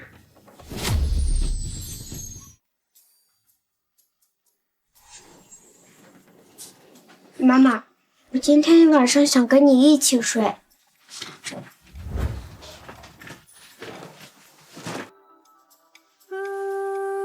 我们云舒怎么啦？做噩梦了？云舒想和妈妈待在一起。妈妈，你嫁给爸爸以前的生活是什么样的？妈妈嫁人以前啊，妈妈以前呢是京大医学院的学生，妈妈的父亲是著名的医道圣手，萧家也是医道世家。当时妈妈也很厉害。医药世家萧家，天哪，难道是出了医道圣手萧雨孽的萧家吗？是。我从小仰慕雨孽先生，没想到竟然见到了雨孽先生的后人。哎，老李，你冷静点，别吓坏了夫人跟小姐。啊，抱歉，我好久没有听到雨孽先生的消息了，有点激动。没关系，我也很高兴你们还能记得我父亲。记得，当然记得。学医的人哪有不记得雨孽先生的事呢？妈妈，外公在医学界很出名吗？雨孽先生精才绝艳，独创的12道金针技法，上可与苍天夺生机，下可与阎罗抢命力，医道圣手，无愧于名啊！只可惜天妒英才啊！夫人，我这嘴真是欠打呀。无碍，毕竟你们说的也是实话。小姐的意思是，夫人能从千金方当中研究出你想要的东西？那么多厉害的医师都没有办法，我可以吗？妈妈，相信你自己，你可以的。可是我连你想要什么都不知道呢。我在一本书中看到一个人用千金方研制出一种药，说是可以让体弱的孩童补全生机，增强免疫力。可是方法早已失传，我们几个只好在千金方里重新找。妈妈，你就试试吧。如果你成功了，就可以像外公一样救下好多人，哪怕是一时想不出来，我们也可以重新找人啊。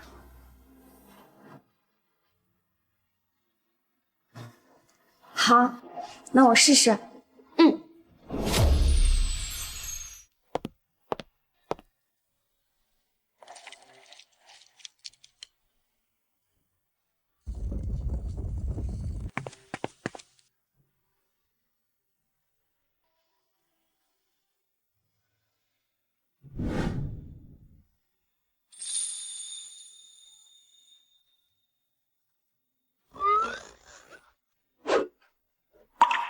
我们成功啦！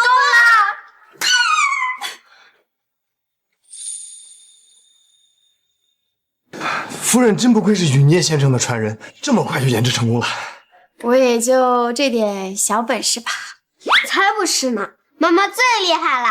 没错，只有1个月的时间，夫人就把失传的药方研究出了头绪，这可不是什么小本事。夫人的医学天赋绝对和您的父亲一样，是最顶尖的那批。真的吗？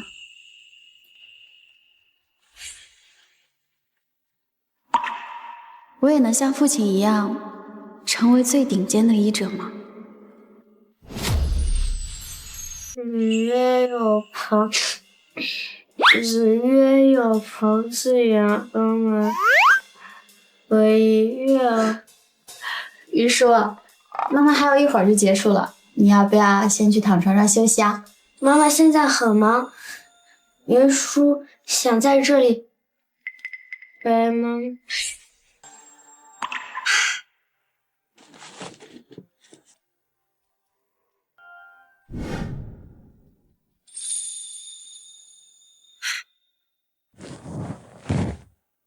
陪妈妈的时候还很长，你现在最主要的就是健健康康的长大。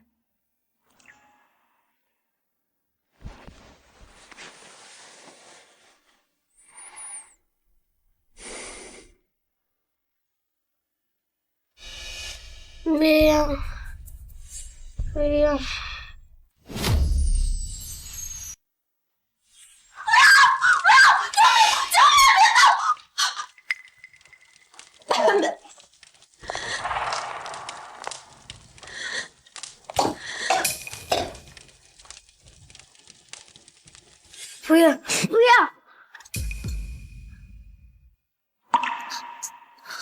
我们云叔怎么啦？做噩梦啦？快，别怕，妈妈在呢。太好了，妈妈，你没事。小傻瓜，梦都是相反的，妈妈当然没事了，妈妈一直陪着你呢。别叫我妈，我造了什么孽，生了你这么个儿子？妈，满千毕竟是我女儿，我要闭嘴！我看你是呀，被王曼丽给忽悠了，满脑子不清醒的东西呀。他说的话，你二话不说都信。云叔说的话，这证据都摔到你脸上了，你理都不理呀？云叔他才8岁，他能说谎吗？我是看着曼千长大的，所以才会对你这1个月的所作所为睁只眼闭只眼。但这不代表我就真瞎了，因为我看不出你的小心思。妈，我是冤枉的，我是想着，万一曼妮真的是我女儿，那她就是我们家所剩不多的血脉了。家里又只有云叔一个，到底不保险。妈，你想一想，万一被对手知道了，家里只有云叔一根独苗，那他的处境不就很危险了吗？这是这么想的？妈，我当然是这么想的了。云叔是我的女儿，有可能是我唯一的孩子，我还能害她？最好真是这样。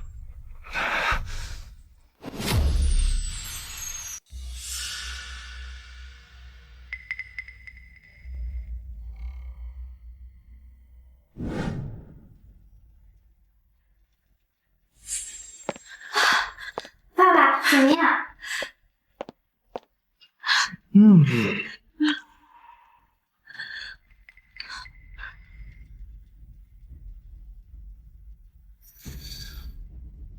由我出马，这事当然能办成。真的吗？那我们岂不是很快就能出去了？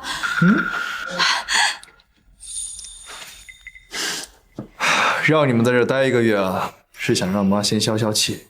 现在呢，由我去替你们求情，妈自然会同意让你们出去了。那我们出去以后住哪儿啊？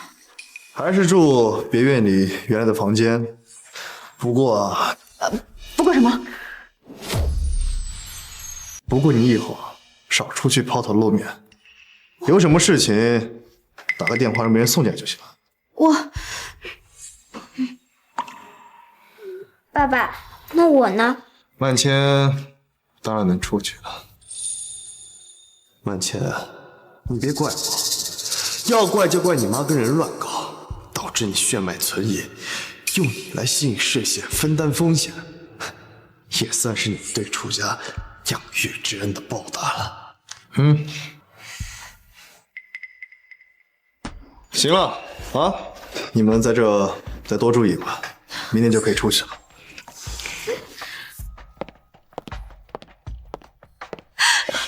曼千，你真厉害！如果不是你教我用话语引导楚文成，就凭他那脑子，还不知道到什么时候能救咱们出去呢？妈，你先别着急高兴，这才只是刚开始。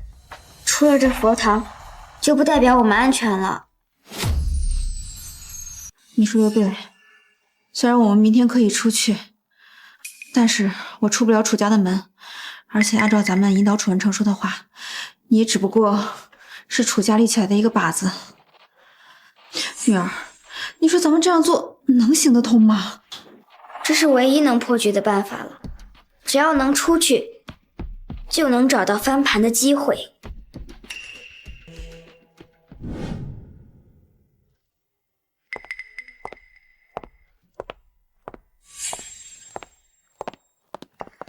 小姐，这是怎么了？没事吧？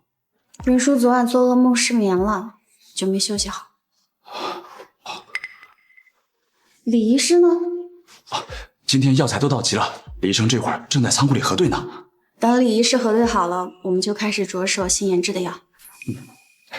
哎，小姐，先到这边休息一下。去吧，慢点啊。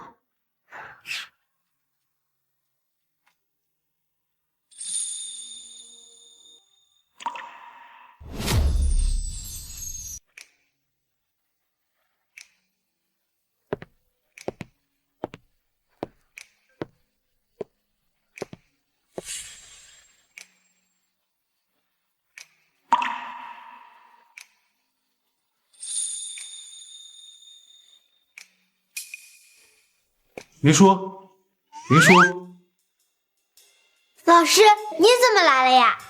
当然是来看看我小没良心的。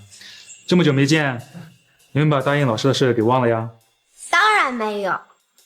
云舒答应老师要画一幅比送奶奶那幅更好看的画。老师，你跟我来。老师，这可是云舒花了好多心思才画出来的，你可要好好。哎，云舒，云舒，你怎么了？云舒，云舒怎么了？云舒，中医馆有没有休息的地方？有。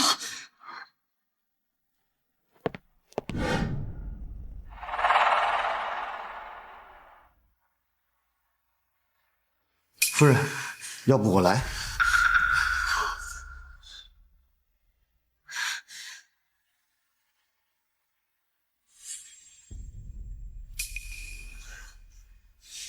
夫人，小姐这是忧思过重，又没有休息好，又发了高热。都怪我，都怪我这几天一直忙着中医馆还有药材的事情，没有顾看好她。夫人也不用过于担心，我们新研制出的药正好和小姐的病对症，那药的效果你也知道，小姐很快会好起来的。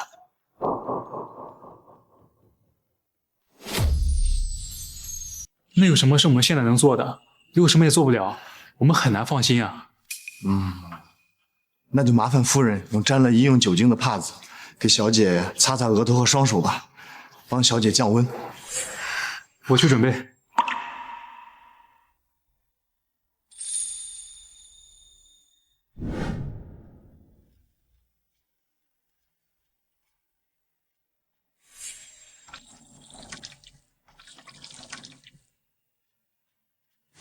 谢谢。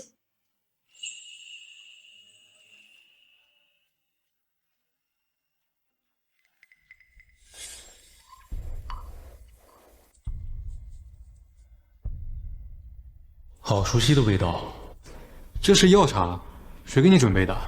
是的，老师，这药茶是我妈妈给我准备的。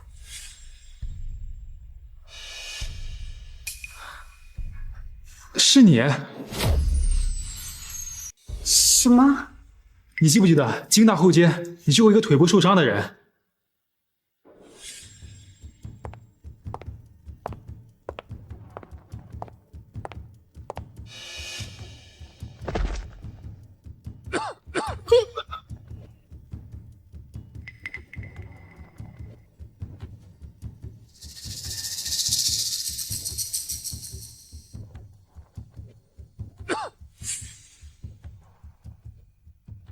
醒醒！哎，我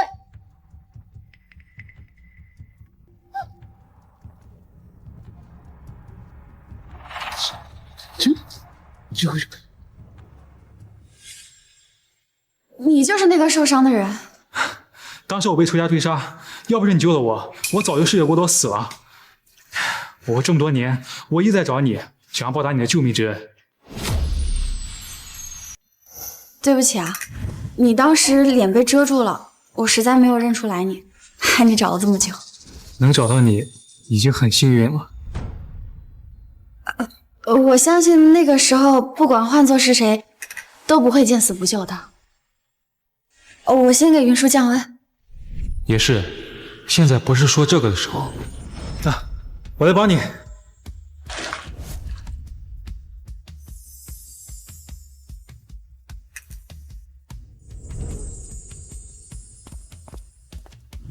夫人，药来了。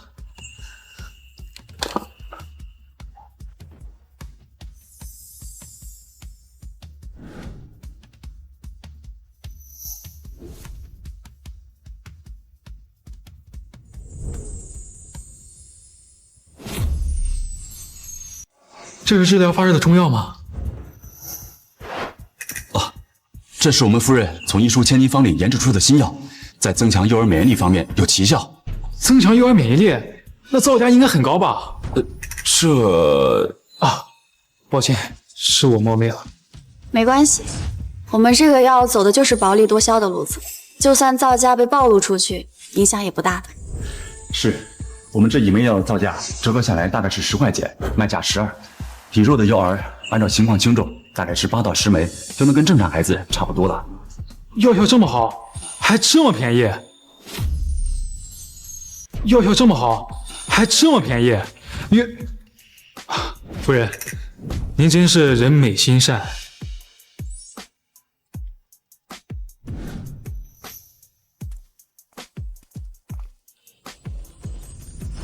夫人，不知这药能否大规模生产？方先生需要很多吗？我是不会允许有人大规模的囤积这种药，然后肆意涨价的。不是的，我没有这个意思。方家的背后有药企的门路，如果夫人想给新药找个靠山，把它更大范围的推广出去的话，我可以帮夫人引荐。真的吗？真的可以吗？当然，夫人，你也太小看自己的价值了。不过，如果是这样的话，那药的价格岂不是很高？变高是自然的，但有我帮忙，绝不会变高很多。有药企的帮助，可以有更多的特效药帮助更多的人。妈妈，老师，你们在说什么？什么叫更多的人？没什么，你要是想知道，妈妈以后再告诉你啊。云舒，你现在感觉身体怎么样？有没有哪里不舒服啊？云舒现在好多了，妈妈不用担心了。好像是不烫了。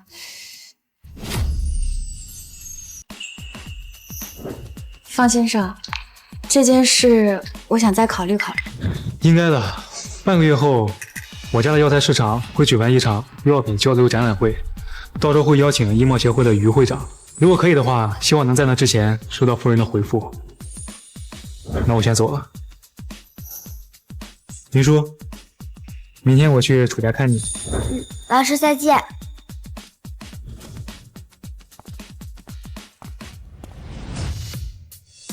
满钱，我们现在已经出来了，接下来该怎么做？妈，你先别着急，我们在里面关了1个月，需要先了解一下外界的情况。你试着联系一下我们之前安插的眼线。好。云舒怎么样了？烧已经退了，医师说要多注意休息，然后注意饮食清淡。退热了好，你呀还得多照顾着点儿。我知道。妈，其实还有一件事，方医师今天去中医馆看望云舒，见到了云舒发热时吃的药，想要把它引荐给药企。就在半个月后，方家的药品交流展览会上。真的吗？哎呦，那是好事啊！你还担心什么呀？我研制这种药就是为了救助更多的人，可一旦跟药企扯上关系，这价格就……你是怕价格太高，违背你的初心吧？是。哎呦，月兰，你还是太天真了。就算不搭上药企，像你这种低价效果好的药，在市场上也不会存活太久的。为什么？因为这种药啊，扰乱了市场，会侵犯到别人的利益，一旦大规模的散开来，会遭到众多人的围攻的。到时候，就算搭上我们楚家，也护不住的。所以，这就是您为什么只让我在云舒的铺子里卖，不引进楚家其他中医馆的原因。所以说，跟药企合作，对推广新药来说，绝对是件好事儿。而且，方大师知道你的心思后，应该会为你争取，不会涨价太高的。方先生答应帮忙的，能得到这样的结果，已经是很好了。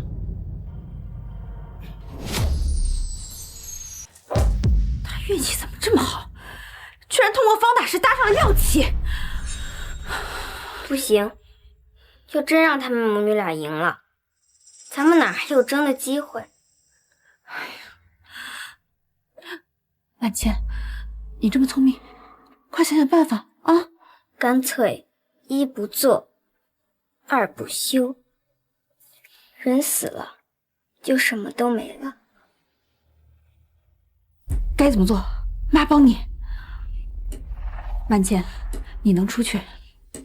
等你见到给我开车的小陈，你就把这个手镯交给他，他知道该怎么做。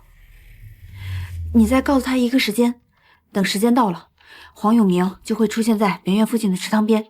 你想做什么就告诉他，他会帮你的。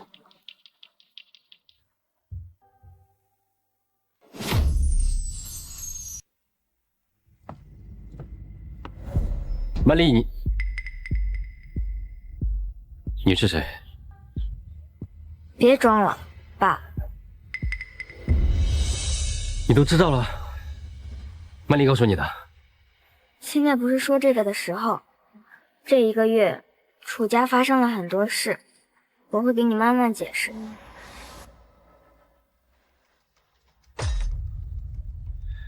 那两母女竟然把你们逼到这个地步！你来找我，是需要我帮你做什么？我要你找机会把楚云舒母女俩全部送走，当然，最好伪装成意外。曼千果然跟曼丽说的一样，聪明、果决。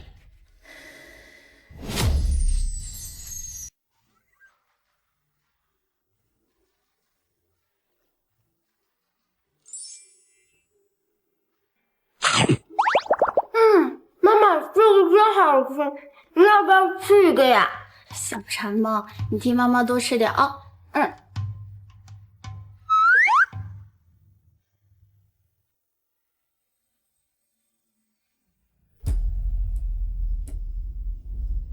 肖医师在哪？肖医师在哪？肖医师，我们是来感谢你的，你真是菩萨心肠，给我们的药又便宜又好用。是啊，肖医师，多亏有了你，要不然我家那小子还不定保不保得住呢。肖医师，这是老母鸡下的蛋，我妈特意让我拿给你的。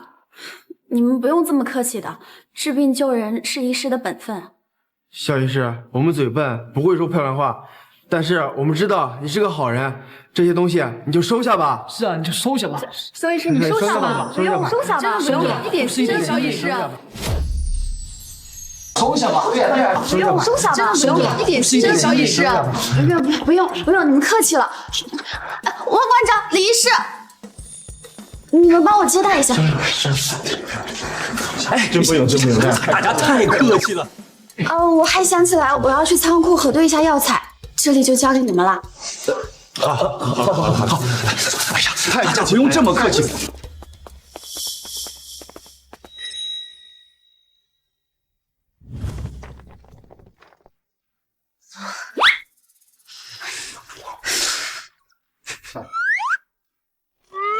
哈，你敢取笑妈妈？小心我不给你小点心吃了。不要嘛，妈妈，妈妈最好了。哼！哎呀，糟糕，走太急了，药材单子忘了。我去，妈妈就别给我点心啦。我去，妈妈就别给我点心啦。那好吧，那就给你一个见过世界的机会。好。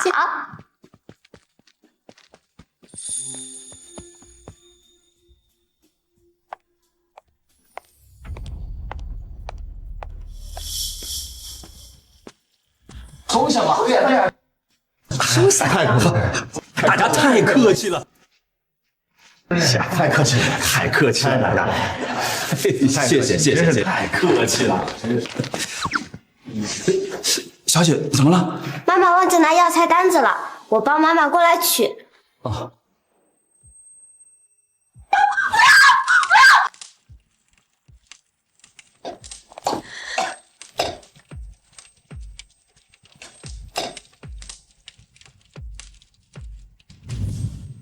哎，小姐，你怎么了？后院仓库有人要害妈妈，妈妈有危险！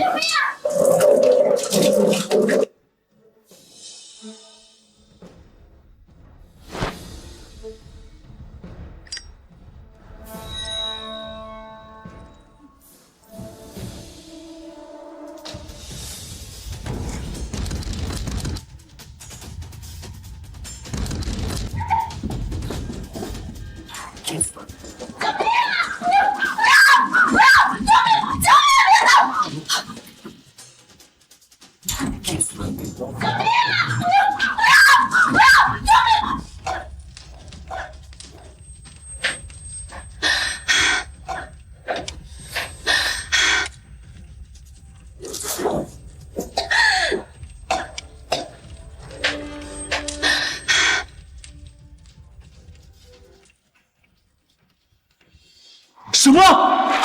老李，有人要害夫人，夫人有危险！有人要害邵医师，有什么用得上我们的？我们也去搭把手。后院，就在后院仓库。快走！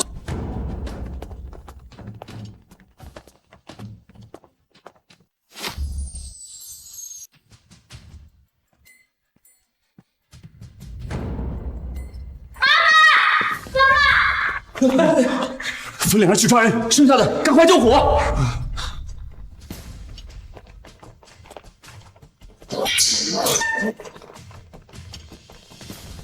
妈妈，我要去找我妈妈。没关系，宝贝。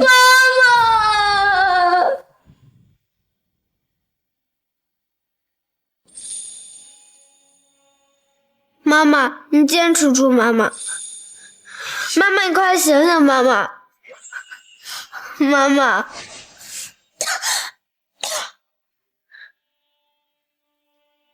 妈妈，妈妈，妈妈，你终于醒了，幸好你没事。别怕，别怕，妈妈这不是好好的吗？妈妈，这次是有人故意害你，王叔已经去抓了。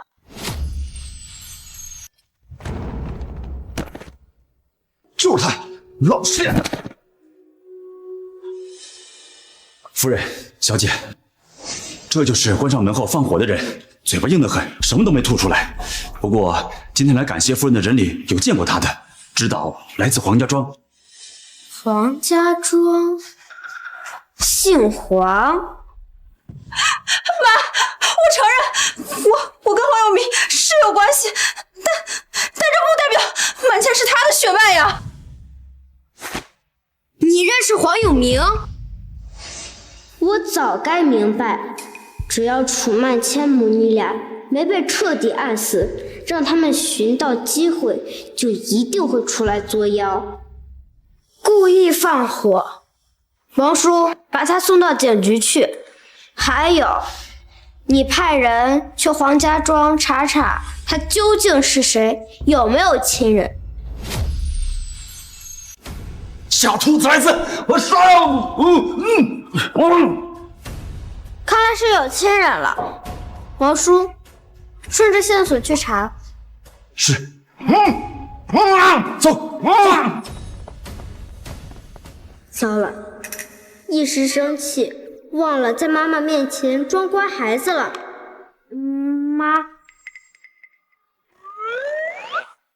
妈妈。楚云舒，你是不是有什么事情瞒着我？从你回到楚家开始，我就一直觉得你不对劲。我以为是我敏感多想，但现在看来并不是这样。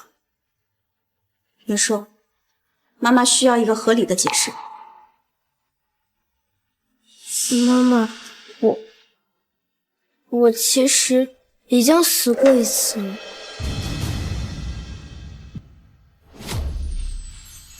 妈妈，事情就是这个样子的。人说都是妈妈没用，是妈妈没有保护好你。妈妈，别这么说，你在我心里永远是最好的妈妈。你放心，以后妈妈会好好保护你，一直陪在你身边。我也是。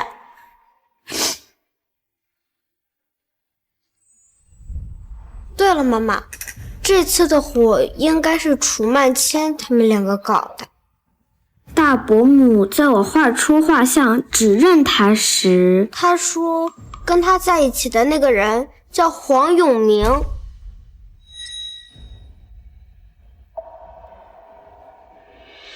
他们都姓黄，确实很有可能。那云舒，你接下来打算怎么办？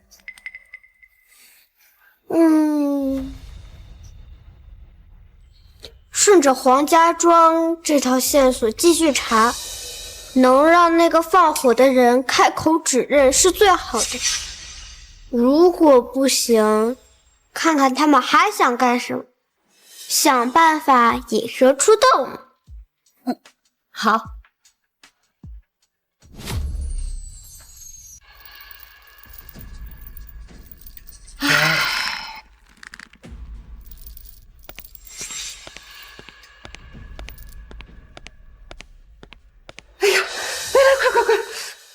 村长，哎呀，你们没事吧？哎呀，这中医馆怎么会着火呢？这上午王馆长派人来禀报的时候，可把我给吓坏了。是啊，到底发生什么事了？奶奶听到消息的时候，担心的不得了。奶奶，有人害我和妈妈，故意在中医馆里放火，想烧死我们。什么？这谁呀，这么大胆子？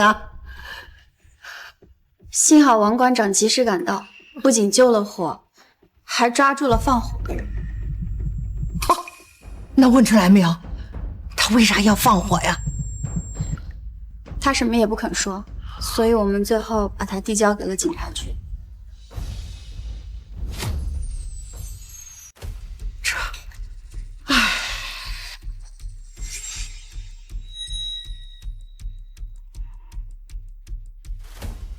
奶奶，云舒好害怕，警局里的叔叔真的能调查出结果，把坏人都抓走吗？当然能啊，况且还有奶奶呢，奶奶也会派人去查。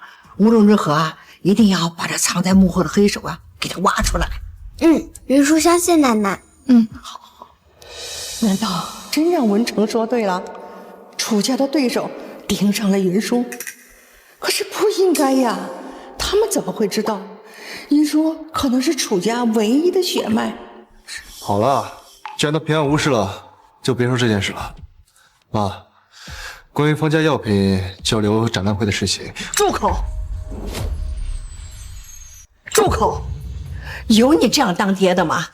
也不关心自己的孩子，满脑子呀都是那钻营。滚滚滚，看见你就烦。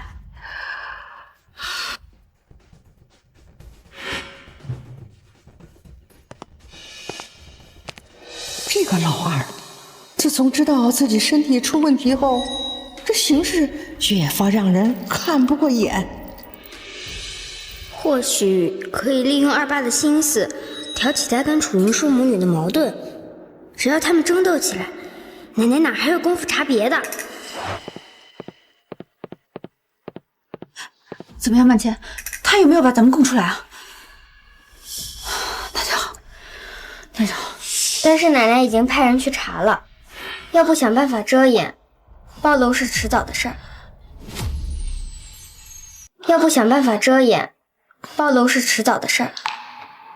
那我们该怎么办啊？想办法激化二爸和楚云舒他们的矛盾，让他们斗起来。要是放火这事儿真暴露，就把这事儿全推二爸身上。可是自从生日宴之后，文成对咱俩的态度就跟以前大不一样了呀。想办成这事儿，难度有点高啊。想让二爸按照我们的想法去做，当然要往他的痛点上戳。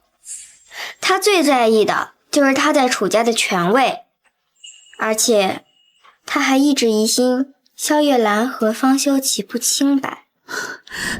那你的意思是说，把事情往这两个方面引？我们可以说，萧月兰和方修齐合作推出一款新药，目的就是为了彻底架空它。要这事儿真办成了，楚家就真没他的落足之地了。这个办法好，楚文成肯定坐不住。明天我们就去找二爸。好。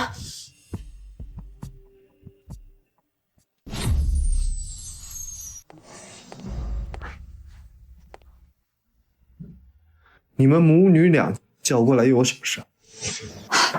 文成啊，我真替你感到不值。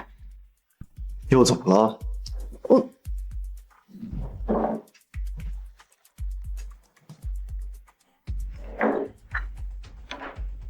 爸爸，还不是因为你昨晚提到的方家药品展览会的事。我走了之后，妈又说起这事了。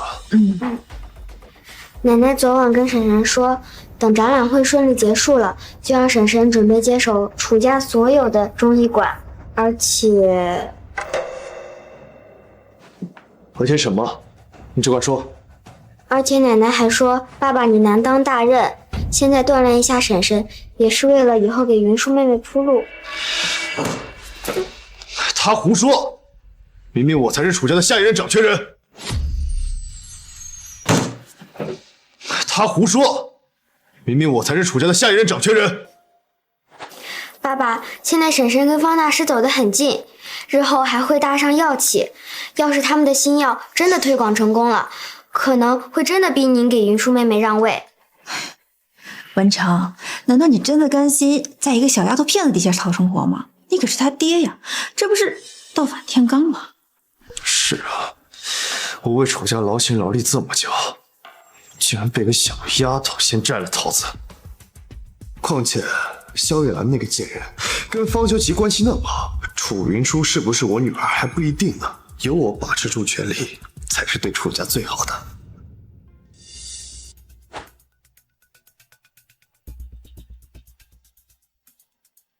爸爸，而且这一切的前提都是展览会顺利结束，要是不顺利呢？还是万千懂事孝顺啊，知道替爸爸分忧。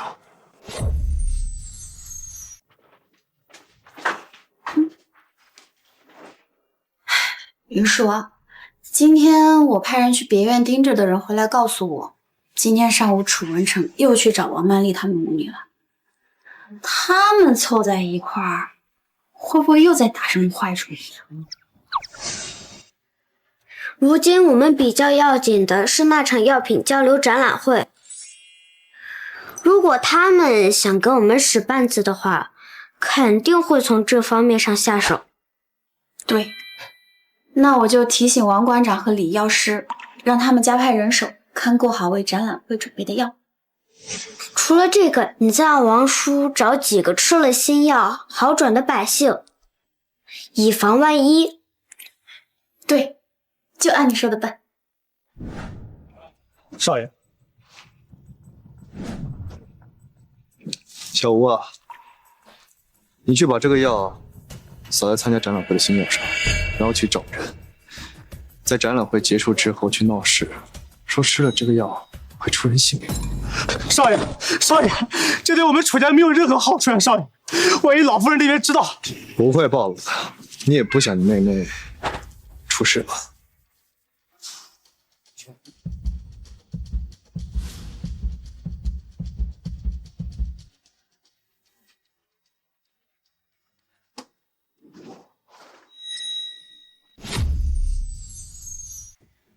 此药名为养荣丸，从千金方中研制而来，不仅在增强幼儿免疫力方面有奇效，而且最重要的一点是，此药价格便宜，成本极低。真的假的？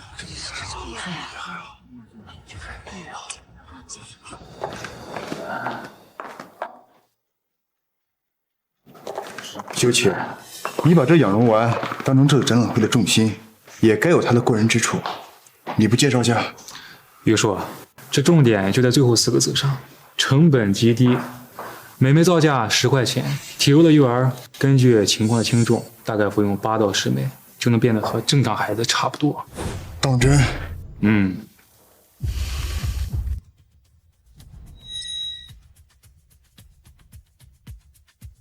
萧月兰，你的风光到此为止了。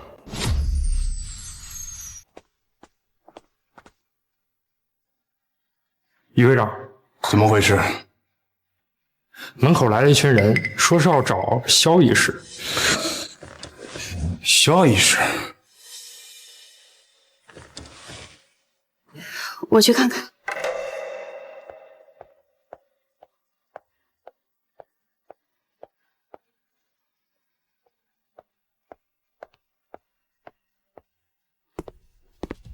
方先生，不陪着一起去看看吧？万一会场上出了什么事，这可说不清楚了。我倒真是好奇了，走去瞧瞧。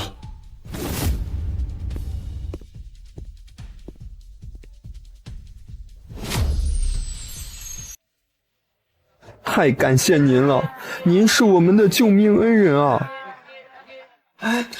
你们就是帮萧医师推广养荣丸的人吧？你们真是大好人啊！什么？多亏萧医师心善，卖的药便宜又好用，要不然你再说一遍，你不该说这些的。你好好想想，该说些什么了？你干什么？萧医师卖的药就是好药，胡说！这药吃了明明会出人命的，你们怎么回事啊？我呸！萧医师医者仁心，你大庭广众污蔑萧医师的药，到底安了什么心？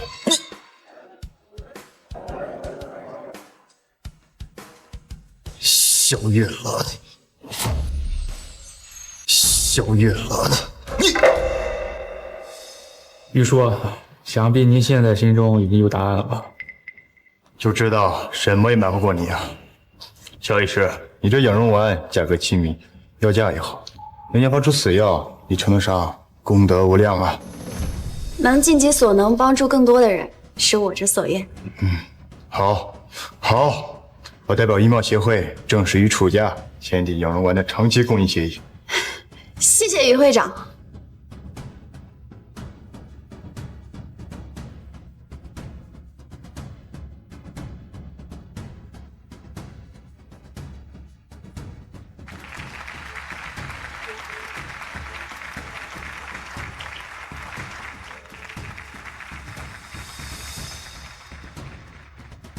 恭喜萧夫人。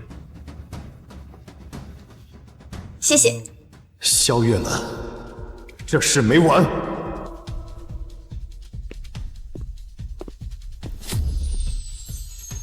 奶奶，您消消气，别把身子给气坏了。爸爸他应该也不是故意的。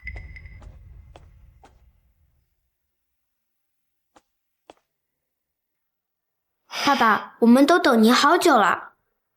妈，我回来了。跪下！妈，是不想跪啊？还是不认识这个人？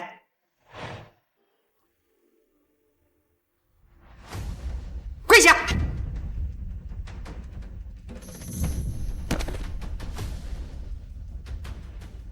这个混账东西，竟然让人在自家药里下毒！你心里还有没有楚家？妈，我只是一时糊涂啊。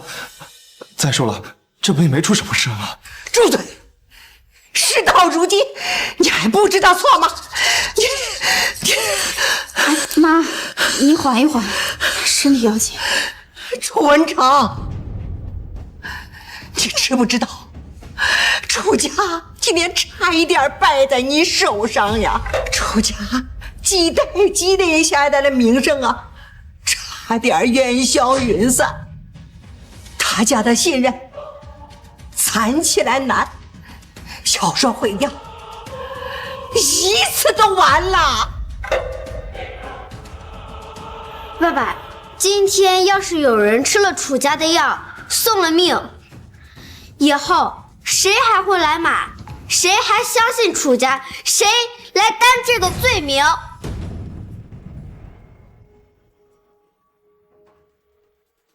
楚文成，今天你将会失去一切。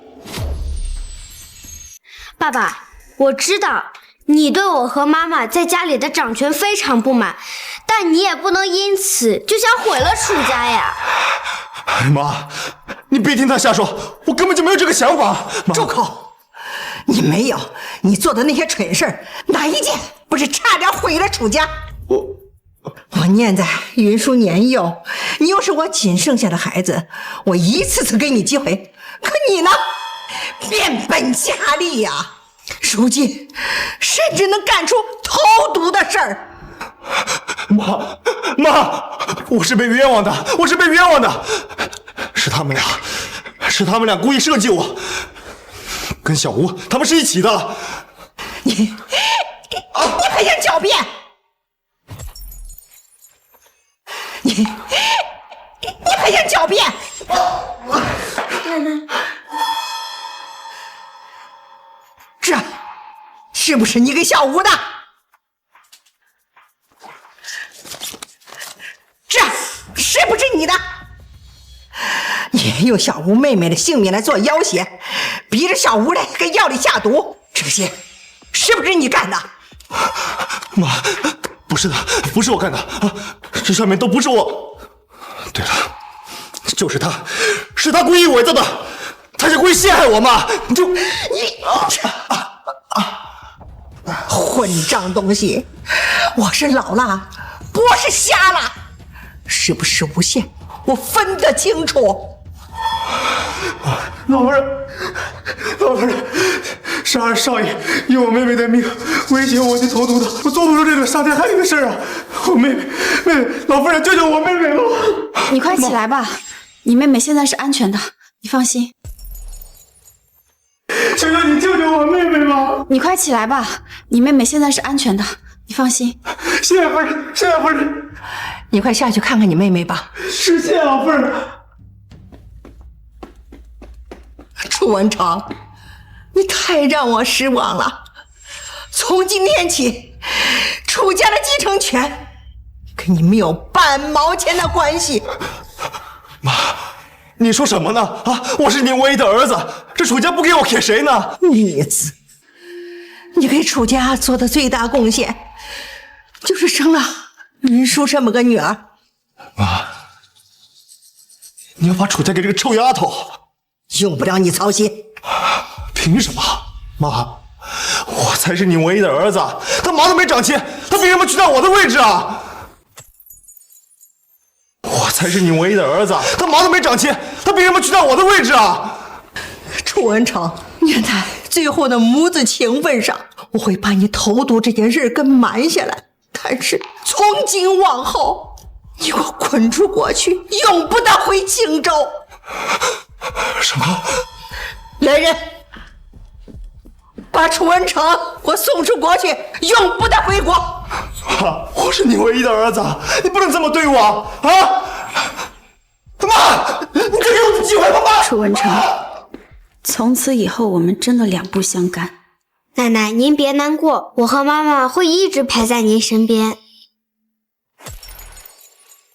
奶奶，您别难过，我和妈妈会一直陪在您身边。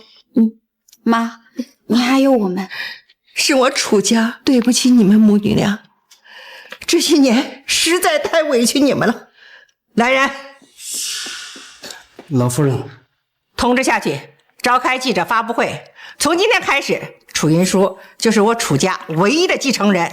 是。奶奶，云舒不会让您失望的。有你在呀，奶奶放心。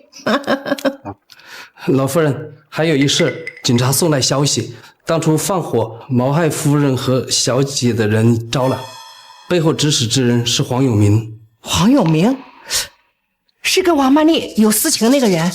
是，而且我们的人也查到，其中有王曼丽和……别支支吾吾的，快说。和曼倩小姐的手笔。什么？我真是瞎了眼了！你们这么两个白眼的，把主意打到我孙女身上来了。去，把他们给我带上来，立刻，马上。是。等等，妈，您不能再动怒了，您身体不好，要不还是先回去休息一下吧。月兰、玉书，你们放心，这次他们谁也跑不了，我一定会给你们一个交代的。奶奶，云舒知道，奶奶不会让我们受委屈的。奶奶，您先休息一下，我们送您回屋。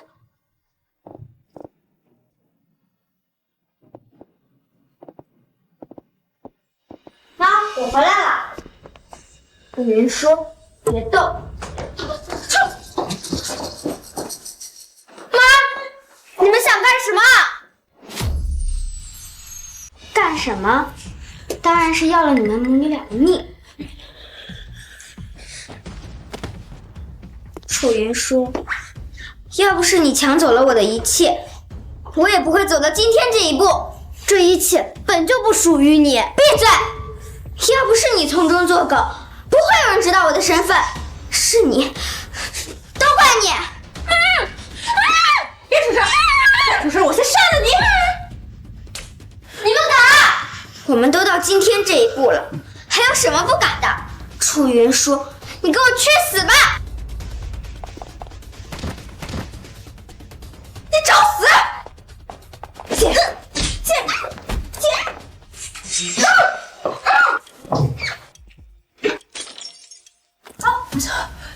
别吵到我妈妈！妈妈，楚云舒，现在这一切都应该是我的，楚家也是我的，给我去死！住手！月兰、云舒，奶奶，放开我！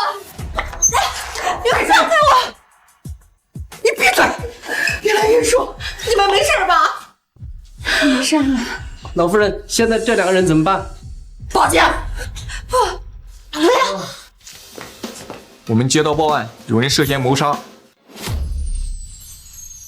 就是他们俩找人故意纵火。警察同志，这是证据。你们被逮捕了。走！奶奶，你不能让他们抓了我们！我是你的孙女，你从小看着我长大的，你不能让他抓我！闭嘴！都怪我瞎了眼，白养你这个白眼狼！放开我！楚云舒，我不会放过你的！云舒、月兰，你们没事就好。都怪我之前呀太纵容他了，才闹到今天这一步。妈，这不怪你，都是我不好。不过我们一家能够在一起，比什么都强。好。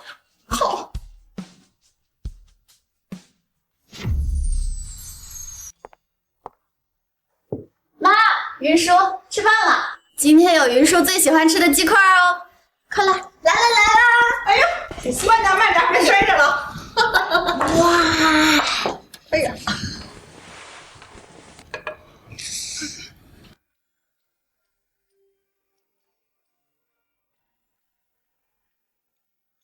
妈，给你尝尝。你别光顾着照顾我，你也吃啊！